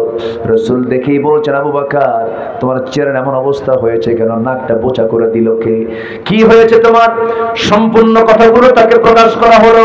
সব যখন খুলে বললেন, রাসূল বলছেন, আবু বকর তাহলে তোমার তো খাদ্যের প্রয়োজন, রক্ত শূন্যতায় তুমি ভুগছো। এবার আবু বকর বলছেন, হুজুর সবকিছু পরে হবে, আপনার এখন ঘরে থাকা যাবে না, চোরাগুপ্তা হামলা শুরু হয়ে গেছে, আপনি এখন থাকতে পারবেন না। দয়া করে আপনি আমার কথা ফলো করুন, আমার জীবন আপনার জন্য আমি উৎসর্গ করে দেব, আমার বিন্দু পরিমাণ কোনো দুঃখ নাই, কিন্তু আপনার বাঁচা দরকার, আপনাকে হামলা করে তারা মেরে ফেলবে, অবস্থা খুব খারাপ, আমরা এখন মক্কার বাইরে চলে যাই। মক্কার বাইরে সকালবেলা দুজন রওনা দিলেন। প্রচন্ড ক্ষুধার্ত, রক্ত ঝরতেছে শরীর থেকে। আমার নবীজি পেরেশান হলেন, উটের দুধ পেলেন না, দুম্বার দুধ পেলেন না। আমার নবীজি খুঁজতে খুঁজতে গিয়ে দেখেন একটা ছাগলওয়ালা অনেকগুলো ছাগল সে লালন পালন করছে। সে রাখালকে ডাক দিয়ে বলছেন, রাখাল একটা ছাগি দেবে নাকি? কি করবেন আপনি? ছাগিটা যদি দাও দুধ দহন করব, আমার বন্ধু আবু বকর মারা যাবে, তাছাড়া দুধটা দহন করার জন্য একটা ছাগি আমারে দাও। না দিতে পারবো না। কেন? আমি তো ছাগলের মালিক নই, আমাদের খেয়ানত হয়ে যাবে। আমার নবীজি খুব খুশি হয়ে গেলেন কথাগুলো শুনে। আহারে, এই মরুর তপ্ত বালুতে থাকা এই মরুর এই রাখাল, তার মধ্যে ঈমান নাই, কিন্তু ঈমানের গুণটা আছে, আমানতদারিতা আছে। এবার রাসূল বলছেন, রাখাল তুমি যদি আমাকে ছাগি নাই দাও, এমন একটা ছাগি দিবা যে ছাগির পেটে কোনো বাচ্চা আসে নাই, ওলানের দুধ আসে না, এমন একটা ছাগি তুমি আমার ছোট্ট একটা ছাগি দিলেই হবে। রাখালটা মুসকি মুসকি হাসি মেরে মনে মনে ভাবে, লোকটা পাগল নাকি, ছোট্ট ছাগি দিয়ে সে কি করবে? কিন্তু সে তো জানে না তার কাছে কোন লোকটা এই ছাগিটা চাচ্ছে। আমার নবীজি চাওয়া মাত্রই ছোট্ট একটা ছাগি নবীর হাতে যখন তুলে দেওয়া হলো, ছাগিটা তিনি কোলের মধ্যে উঠায় নিলেন। ছাগিটার পেছনের দুই পায়ের ঠিক মাঝখান বরাবর হাত দুইটা তিনি আগায় দিলেন, ওলান বরাবর দুইটা হাত রাখলেন। গোটা ওলানটা দুধে ভরপুর হয়ে গেল। আমার নবীজি দহন করলেন। দুধ দহন করতে করতে আমার রাসূল বলছেন, রাখার একটা বাটি নিয়ে আসো। বাটি নিয়ে আসলো, বাটি ভর্তি দুধ হয়ে গেল। আমার নবীজি যেই ছাগির পেটে বাচ্চা নাই, যে ছাগিটার বয়স খুব ছোট্ট, ছাগির পেট থেকে কোনো বাচ্চা হলো না, কোনোদিন ওলানে দুধ আসে নাই, সেই ছোট্ট ছাগির ওলানে হাত দিন নবীজির হাতের কি বরকত! দুধটা ওলানটা দুধে ভরপুর হয়ে গেছে, বাটিটা দুধ পূর্ণ হয়ে গেছে। রাসূল মুস্কি হাসি মেরে বলছেন, আবু বকর সকালবেলা রক্তাক্ত হয়েছ, বরকতের দুধ পান করো। যখন তাকে বাটিটা দেওয়া হলো, তৃপ্তি ভরে দুধ পান করলেন, পেট পূর্ণ হয়ে গেল, পেটের চামড়া টাইট হয়ে গেল, এত পরিমাণ দুধ পান করেছেন। রাসূল বলছেন, আবু বকর দুধ খাওয়া কেমন হলো বলো? হুজুর দুধ পান করলাম জন্মের মতো, এত দুধ খাইলাম, কিন্তু আমি বাটির দিকে চেয়ে থেকে দেখি বাটির দুধ এক চুল পরিমাণ কমে নাই। সুবহানাল্লাহ। আমার নবীজি এবার বলছেন, আবু বকর এই বাটির দুধ তুমি কমাতে পারবে না, আর আল্লাহর বান্দা যদি এখানে থাকতো তারাও কমাতে পারতো না। রাখাল তুমি এখন খাও। রাখালের হাতে বাটি তুলে দেওয়া হলো। বিসমিল্লাহ তো সে জানে না। রাসূল বলেন, বলো বিসমিল্লাহ। বিসমিল্লাহ বলে ফেললো। সে বিসমিল্লাহ বলে যখন পান করা শুরু করলো, দুধ কমে না। রাসূল বলছেন, যতক্ষণ পর্যন্ত এই বাটিতে আমার ঠোঁটটা না লাগবে, বাটির দুধ কখনো কমতে পারে না। জোরে বলেন সুবহানাল্লাহ। আমার নবীজি সবার শেষে পান করলেন। আমার নবীজি আগে খেতেন না পরে খেতেন? আমার নবীজি খেতেন আগে না খাওয়াতেন আগে? আসতে কন, খেতেন আগে না খাওয়াতেন আগে? এমনকি আম্মা জান আয়েশা বলেন, আমি তার স্ত্রী ছিলাম, কোনদিন আগে রাসূলকে আগে খাওয়াতে পারিনি। নবীর জন্য দুধ নিয়ে গেছি, রাসূল বলতেন, আয়েশা রে আমি আগে খাবো না, তুমি আগে খাবে। রাসূল ঠেলে আমার দিকে দিয়ে দিতেন। আমি উটের গোশত নিয়ে যেতাম, ছাগলের গোশত নিয়ে যেতাম। আমার নবীজি বলতেন, আয়েশা তুমি আগে খাও। আমি হাড়গুলো খেয়ে খেয়ে চুষে রেখে দিতাম। নবীজি আমার সেই চুষে খাওয়া হাড়টা রাসূল নিয়ে চুষে সেই দিক দিয়ে চুষে সেই হাড়টা তিনি খেয়ে নিতেন। জোরে বলেন সুবহানাল্লাহ। ইসলামে মুহাব্বত ভালোবাসা আছে না নাই? সেই মুহাব্বতটা হতে হবে বাইরে না ঘরে। আস্তে বলেন, বাইরে না ঘরে। আজকে মুহাব্বত চলে গেছে কোথায়?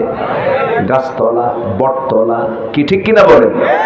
আমার বন্ধুগণ, আমার নবীজি কোনদিন আগে খান না, আগে খাওয়াইছেন তিনি। আমার দেশের নেতাগুলো, ম্যাক্সিমাম নেতাগুলো আগে খায় না খাওয়ায়? আগে খায় না খাওয়ায়? ওই নেতা মানবো না, আমরা মানবো রাসূলকে নেতা। আল্লাহু আকবার বলেন।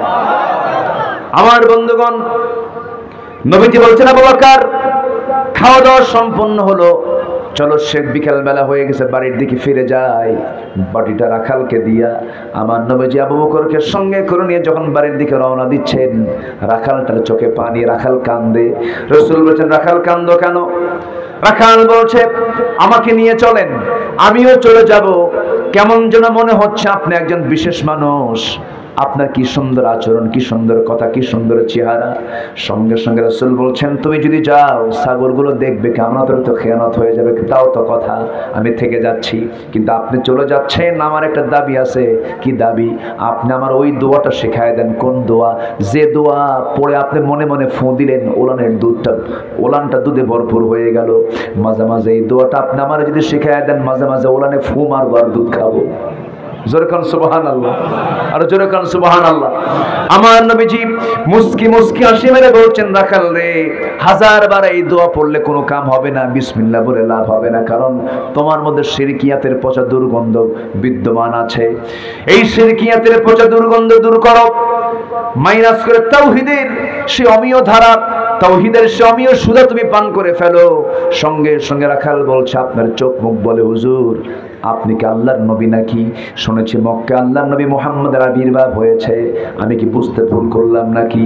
সঙ্গে সঙ্গে রাসূল বলেছেন, বুঝতে ভুল করনি রাখাল, আমি হলাম শেখুল ইসলামের পয়গম্বর মুহাম্মদ সাল্লাল্লাহু আলাইহি ওয়াসাল্লাম। হাত চাগায় দিলেন, কালিমা পড়ে নিলেন। সেই রাখালটার দাম এত বেশি হয়ে গেল যে বাকি জীবনে ওই রাখাল আব্দুল্লাহ ইবনে মাসউদ রাদিয়াল্লাহু তাআলা আনহু যতদিন বেঁচে ছিলেন, কোরআন দিয়ে সব সময় কথা বলতেন। কি দিয়ে বলতেন কথা? কোরআন দিয়ে কথা বলতেন। এই পৃথিবীতে রাসূল একজন স্বামীর ব্যাপারে সার্টিফিকেট দিয়েছেন, তোমরা আমার আব্দুল্লাহ বিন মাসউদের মতো তেলাওয়াত করো। আব্দুল্লাহ বিন মাসউদ যখন তেলাওয়াত করে, আমার কাছে মনে হয় জিবরাইল ওহী নাজিল করতেছে। এই আব্দুল্লাহ ইবনে মাসউদ রাদিয়াল্লাহু তাআলা আনহু একদিন দূর অঞ্চল থেকে তিনি আসতেছিলেন। দ্বিতীয় খলিফা ওমরের শাসনামল চলছিল। সাইয়েদনা ওমর ফারুক রাদিয়াল্লাহু তাআলা আনহু দূর থেকে একটা টিম দেখলেন, দল দেখলেন, তারা দল বেঁধে আসতেছে, অন্ধকার রাত। হঠাৎ করে সামনে দাঁড়িয়ে বলছেন, এই দলটা কোন জায়গা থেকে আসে? সেই দলের ভিতর থেকে একজন ব্যক্তি দাঁড়িয়ে বলছে, মিন ফাজ্জিল আমিক। কোরআনে একটা আয়াত বলে ফেলেছেন, মিন ফাজ্জিল আমিক। মনে মনে চিন্তা করছেন, খলিফা এমন সুন্দর করে কোরআন দিয়ে উত্তর দেয়, দেখি একটা প্রশ্ন করি। এবার বলছেন, যাবা কোথায়? ইলা বাইতিল আতিক। ইলা বাইতিল আতিক, এটাও কোরআন দিয়ে উত্তর দিল। মনে মনে চিন্তা করলেন, কোরআন দিয়ে সব উত্তরগুলো দিয়ে দেবার তিনি বলছেন, শোনো, প্রশ্ন যখন শুরু করেছি কোরআন দিয়ে উত্তর দিতে হবে। কিন্তু এবার সাইয়েদনা ওমর ফারুক বললেন, বাইতুল আতিকের দিকে যাচ্ছ, ফাজ্জিল আমিক থেকে আসতেছো, ভালো কথা, বলো তো কোরআনে কারীমের মধ্যে সবচেয়ে শ্রেষ্ঠ আয়াত কোনটা? আল্লাহু লা ইলাহা ইল্লাহু। এবার তিনি প্রশ্ন করলেন, কোরআনে কারীমের সবচেয়ে আশাব্যঞ্জক আয়াত কোনটা? সঙ্গে সঙ্গে তিনি বলছেন, কুল ইয়া ইবাদিয়াল্লাযিনা আসরাফু আলা আনফুসিহিম লা তাকনাতু মির রাহমাতিল্লাহ। এবার বলা হলো, বলো তো কোরআনে কারীমের সবচেয়ে ভয়ঙ্কর আয়াত কোনটা, যে আয়াত পড়লে পরে চোখে পানি চলে আসে? সঙ্গে সঙ্গে ওই ভিতর থেকে জবাব আসতেছে, ফামান ইয়ামাল মিসকালা যাররাতিন খায়রান ইয়ারাহু ওয়া মান ইয়ামাল মিসকালা যাররাতিন শাররান ইয়ারাহু। সঙ্গে সঙ্গে ওমর ফারুক বলছেন, শোনো, আল্লাহর কসম করে আমার কাছে মনে হচ্ছে এই জায়গায় এই দলের মধ্যে আমার প্রিয় ভাই আব্দুল্লাহ ইবনে মাসউদ ছাড়া অন্য কেউ নাই। জোরে কান সুবহানাল্লাহ। রাখাল হয়ে গেছে পরশ পাথরে, একদম একটা দামি মানুষের রূপ নিয়েছেন। ইবনে মাসউদের আঘাতেই আবু জেহেল দুনিয়া থেকে বিদায় নিয়েছে। আল্লাহু আকবার বলেন, আরো জোরে আল্লাহু আকবার। তাহলে আমাদের আদর্শ কে হবে এটা নির্দিষ্ট করার দরকার আছে না নাই? আমার আদর্শ হবেন মুহাম্মদ সাল্লাল্লাহু। আমার নবীজি ভীরু না সাহসী? ভীরু না সাহসী? আমার নবীজি দাঈ ছিলেন, আমরা দাঈ হব, জোরে বলি ইনশাআল্লাহ। আমার নবীজি সাহসী ছিলেন, আমরা সাহসী হব, জোরে বলি ইনশাআল্লাহ। নাম্বার 3 হলো ধৈর্যশীল হওয়া। রাসূল ধৈর্যশীল ছিলেন। আমার বন্ধুগণ, সফলতা অর্জন করতে হলে ধৈর্যশীল হতে হবে। রেগে যাবেন, হেরে যাবেন, ধৈর্যশীল হবেন, পুরস্কার পেয়ে যাবেন। স্বামী স্ত্রীর মধ্যে সম্পর্ক টিকে রাখার জন্য জ্ঞান দরকার আগে না ধৈর্য দরকার আগে? আসতে কয় মেয়েদের ধৈর্য কম না বেশি? তাই তো, ভালোই তো বোঝেন দেখি। মেয়েদের ধৈর্য কম না বেশি? পুরুষদের ধৈর্য? ওরে বাপরে বাপ, তালাক দেয় কে? তালাকটা মারে কে? মেয়েরা চায়, হ্যাঁ, সকাল বিকাল চায় সংসার করুন না, তালাক দাও। আছে কিনা বলেন? তাদের প্রতি লানত ফেরেশতারা লানত দেয় যারা তালাক চায় ঘন ঘন। কিন্তু পুরুষের ধৈর্য বেশি, তার প্রমাণ কই পেলাম? প্রায় প্রায় মোবাইলে ফোন আসে, দু একটা ফোন আসে এই ব্যাপারে, তালাক বিষয়ে ফোন আসে, প্রায় ফোন আসে। এটা মালয়েশিয়া থাকে হলো ছেলে, মেয়ে থাকে হলো বাংলাদেশে, 2 মাইল দূরে, নাকি 2 মাইল, হাজার হাজার মাইল দূরে। সেই Malaysia, Singapore, Kuwait, Bahrain, Oman, Jordan, Iraq, Iran, এই সমস্ত দূরে থাকে এই প্রবাসীরা, আমেরিকা। সেখান থেকে ফোনে কথা বলে। এখন তো হোয়াটসঅ্যাপ আছে, ভিডিও কল মারে, ভিডিও কলে কথা বলতে বলতে বলে, এই ঘরের মধ্যে কে ঢুকলো? ওখান থেকে শাসন শুরু হয়ে গেছে। তো শাসন করবা তো দূরে গেছো কেন? বউ থুয়ে গেছে কেন? ঠিক কিনা? রাসূল যুদ্ধে গেছেন বউ থুইয়া না বউ নিয়া? বউ নিয়ে গেছেন, উহুদে বউ নিয়ে গেছেন, তাবুক অভিযানে, বড় বড় অভিযানে তিনি বউ নিয়ে চলে গেছেন। হিজরত করেছেন বউ ছাড়া না বউ সহ? বউ সহ গেছেন, বউ থুয়ে গেছেন, ভালো কথা। হঠাৎ করে রাগের ঠেলায় বলে ফেলতে, শোন, তোর সঙ্গে আমার সংসার হবে না। তালাক মারতে মারতে সেঞ্চুরি করে, সেঞ্চুরি। আমার ফোন দিয়ে বলে, হুজুর কাম তো সারছে কি? হুজুর 100 তালাক দিছে। কয়শো তালাক? তালাক কি 100 হয়? তালাক কয়টা বলেন? কয়টা বলেন? কয়টা? 3 তুহুরে 3টা, 3 তুহুরে 3টা। ইদ্যত পালন করবে, তারপরে 3 তুহুরে 3টা টাইম, মেনস্ট্রুয়াল টাইম পার হবে, আবার সে তুহুরে আসবে, সেই সময় একটা হবে। আবার যখন সে 1 মাস পর আবার যখন সে অসুস্থ হবে, আবার সে অসুস্থতা থেকে পবিত্রতা অর্জন করবে, তুহুরে যাবে। 3 তুহুরে 3 তালাক। 3 মাসে 3 তালাকের কথা যেখানে ইসলাম বলে দিয়েছে, সে জায়গায় মারছে কয় সেঞ্চুরি? সেঞ্চুরি। এটা কি অপরাধ নয়? এটা কি ধৈর্য? এটা কি ধৈর্য? হুজুর তালাক তো মারছি, 100টা তালাক দিছি, সাথে আমার শাশুড়িকেও তালাক দিছি।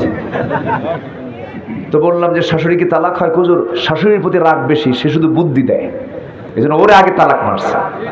আচ্ছা শাশুড়ি কি তালাক হয়? ও দেখেন ঠিক ঠিক কইছে একজন, একজন কয় ঠিক ঠিক, শাশুড়ি তালাক হয়? তালাক হয় না। না, এটা ধৈর্যের পরিচয় নয়। আবার কিছু কিছু মহিলা আছে প্রচন্ড বেয়ার আচরণ করে, খুব উশৃঙ্খল আচরণ করে, এতে পুরুষেরও কিছু দোষ আছে। আচ্ছা স্বামী স্ত্রীর মধ্যে যদি গন্ডগোল হয়, ধৈর্যের পরিচয় দেবে সবচেয়ে বেশি কে? হ্যাঁ, দেখছেন বউ, দেখেন ও নিজে ধৈর্য দেবে, সব ওজন দেবে বউয়ের উপরে, আপনি ওজন নেবেন না। আচ্ছা বইয়ের কামাই স্বামী খাবে না স্বামীর কামাই বউ খাবে?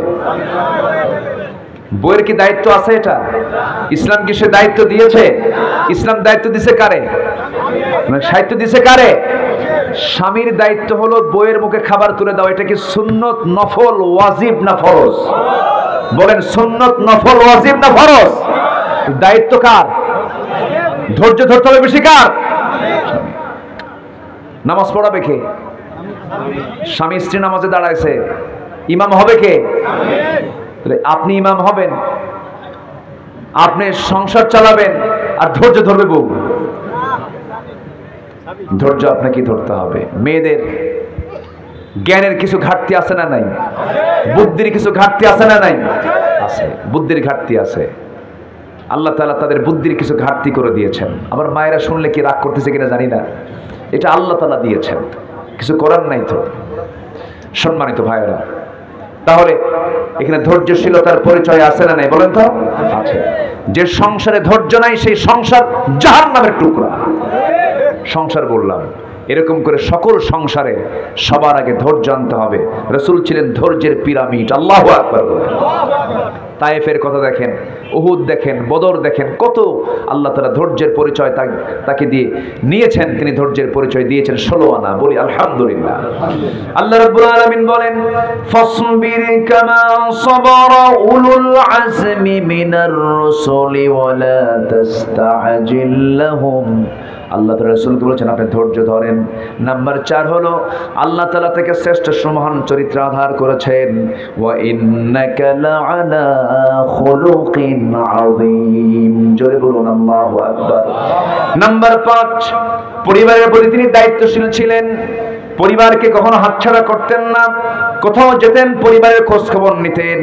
পরিবারকে জাহান্নাম থেকে বাঁচাতে হবে, পরিবারের ব্যাপারে যত্নশীল হতে হবে। সন্তান কি করে, সন্তান মোবাইলে কি খেলে, এটার দায়িত্ব বাপ মার আছে না নাই? আসতে বলবেন না, আছে না নাই? মোবাইলে খেলা আছে কিনা, মোবাইলে নেশা আছে কিনা, মোবাইলে নোংরামি আছে কিনা, মোবাইলে জঘন্য কাজ আছে কিনা, মোবাইলের সময় নষ্ট হয় কিনা। অতএব মোবাইল ব্যবহারে অবশ্যই সচেতন হওয়ার দরকার আছে না নাই? যুবকরা সময় নষ্ট করবা না। মোবাইল তোমার জীবনকে ধ্বংস করে ফেলবে, খুব সাবধান থাকতে হবে। দেখবেন গ্রামের বিভিন্ন জায়গায় মোড়ে মোড়ে যুবক কয়েকজন বসে বসে খেলে হাসে আর দেখে, হাসে আর দেখে, আছে না নাই? মানে শয়তান ওখানে একটা মানে ইনজেকশন পুশ মেরে থুয়ে চলে গেছে। খুব সাবধান। এরপর নাম্বার 6 হলো আমানতদারিতে ন্যায় বিচার। এটা রাসূলের মধ্যে ছিল 16 আনা। আমরা আমানত রক্ষা করব, জোরে বলি ইনশাআল্লাহ। স্বামীর কাছে বউ আমানত, বউয়ের কাছে স্বামী আমানত।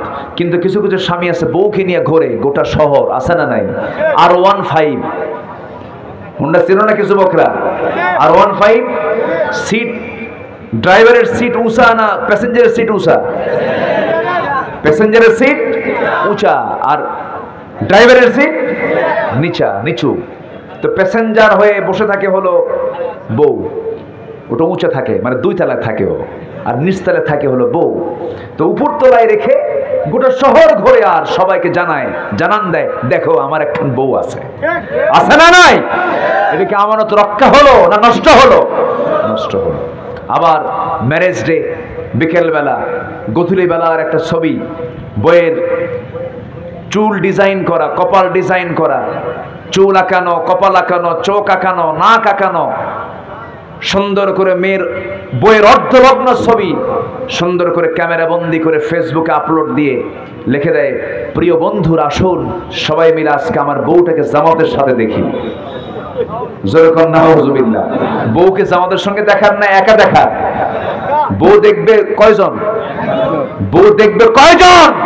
একজন, যার জন্য আল্লাহ তাআলা বৈধ করেছেন সেই দেখতে পারবে।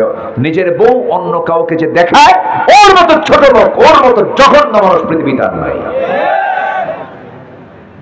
আমানতের খেয়ানত করা যাবে না।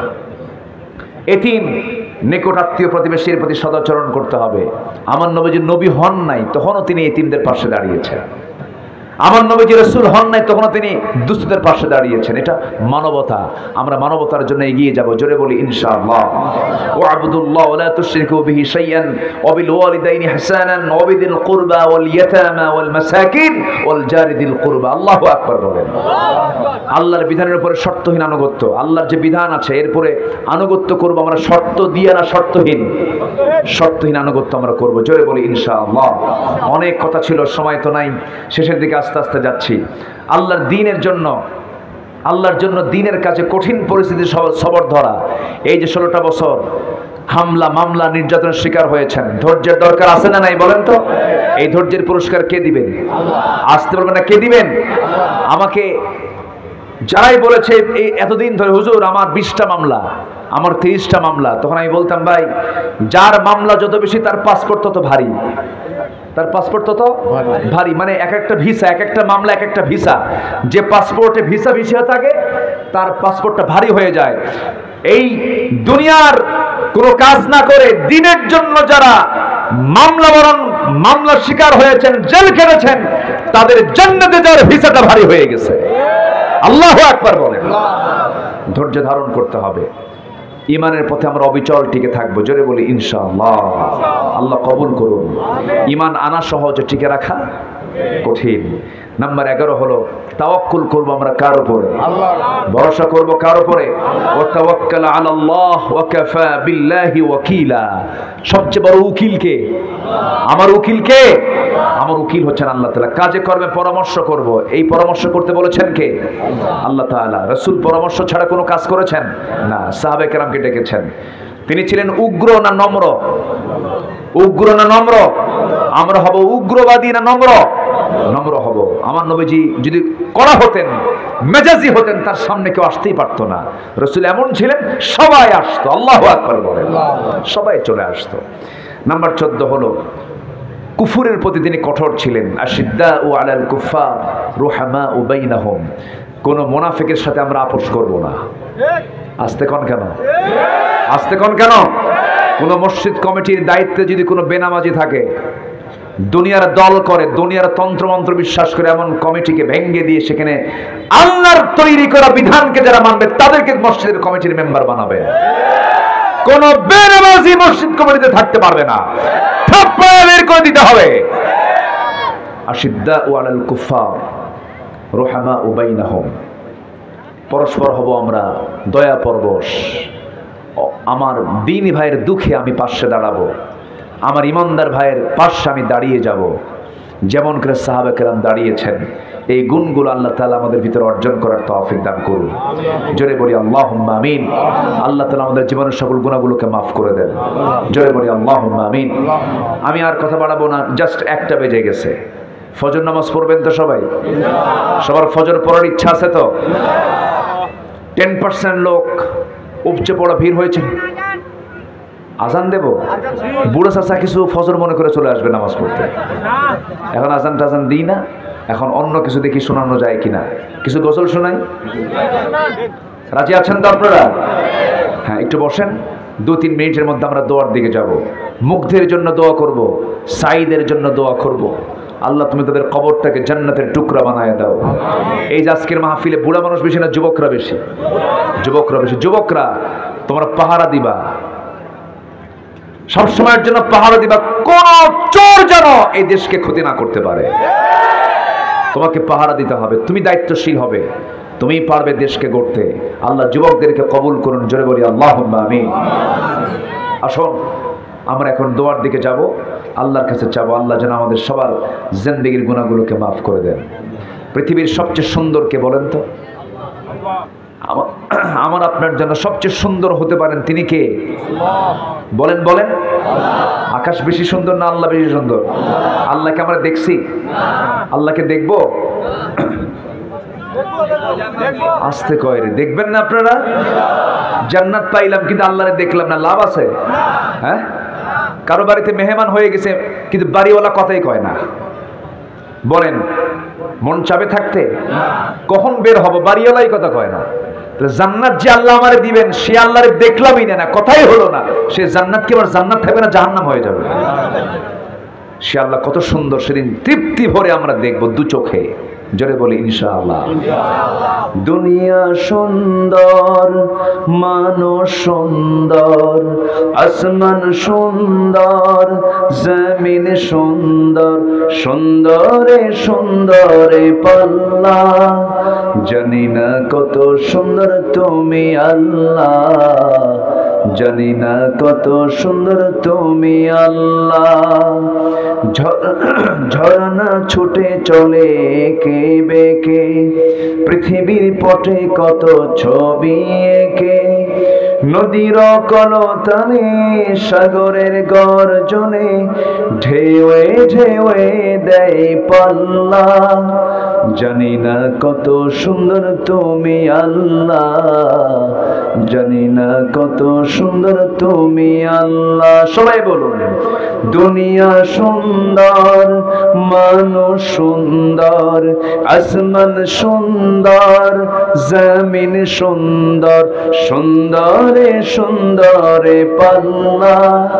জানি না কত সুন্দর তুমি আল্লাহ, জানি না কত সুন্দর তুমি আল্লাহ।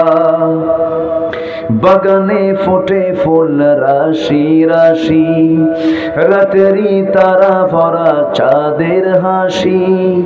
বাগানে ফোটে ফুল রাশি রাশি, রাতেরই তারা ভরা চাঁদের হাসি।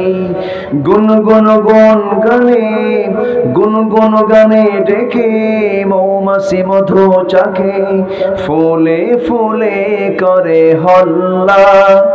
জানি না কত সুন্দর তুমি আল্লাহ, জানি না কত সুন্দর তুমি আল্লাহ। দুনিয়া সুন্দর, মানুষ সুন্দর, আসমান সুন্দর, জমিন সুন্দর, সুন্দরে সুন্দরে পাল্লা। জানি না কত সুন্দর তুমি আল্লাহ, জানি না কত সুন্দর তুমি আল্লাহ।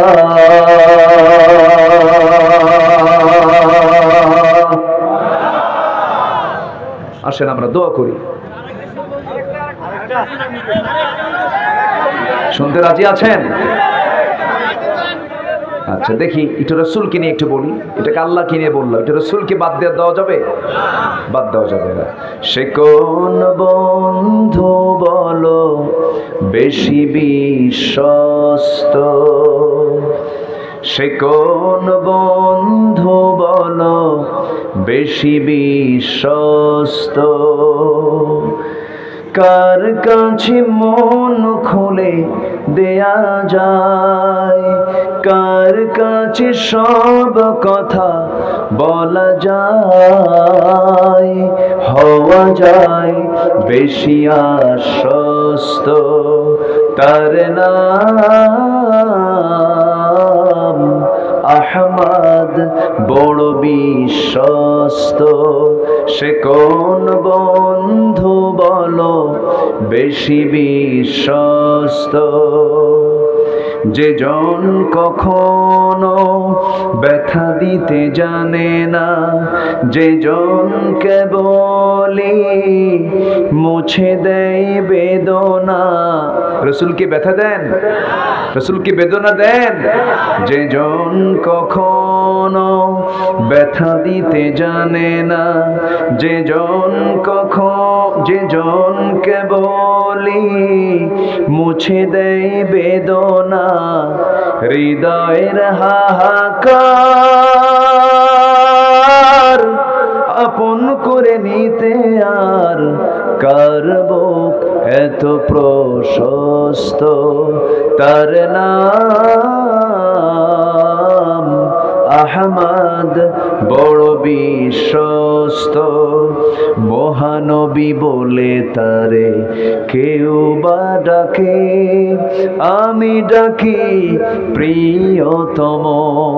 রসুল কি আমার প্রিয়তম না? মহানবী বলে তারে কেউ বা ডাকে, আমি ডাকি প্রিয়তম। সে আমার ধ্যান, ভালোবাসা, প্রেম, মধুময় মনোহর স্বপ্ন সম। যে জন করুণার অনুপম উপমা, যার মতো মরমি কোথাও আর মিলে না। ঠিক কিনা? যে জন করুণার অনুপম উপমা, যার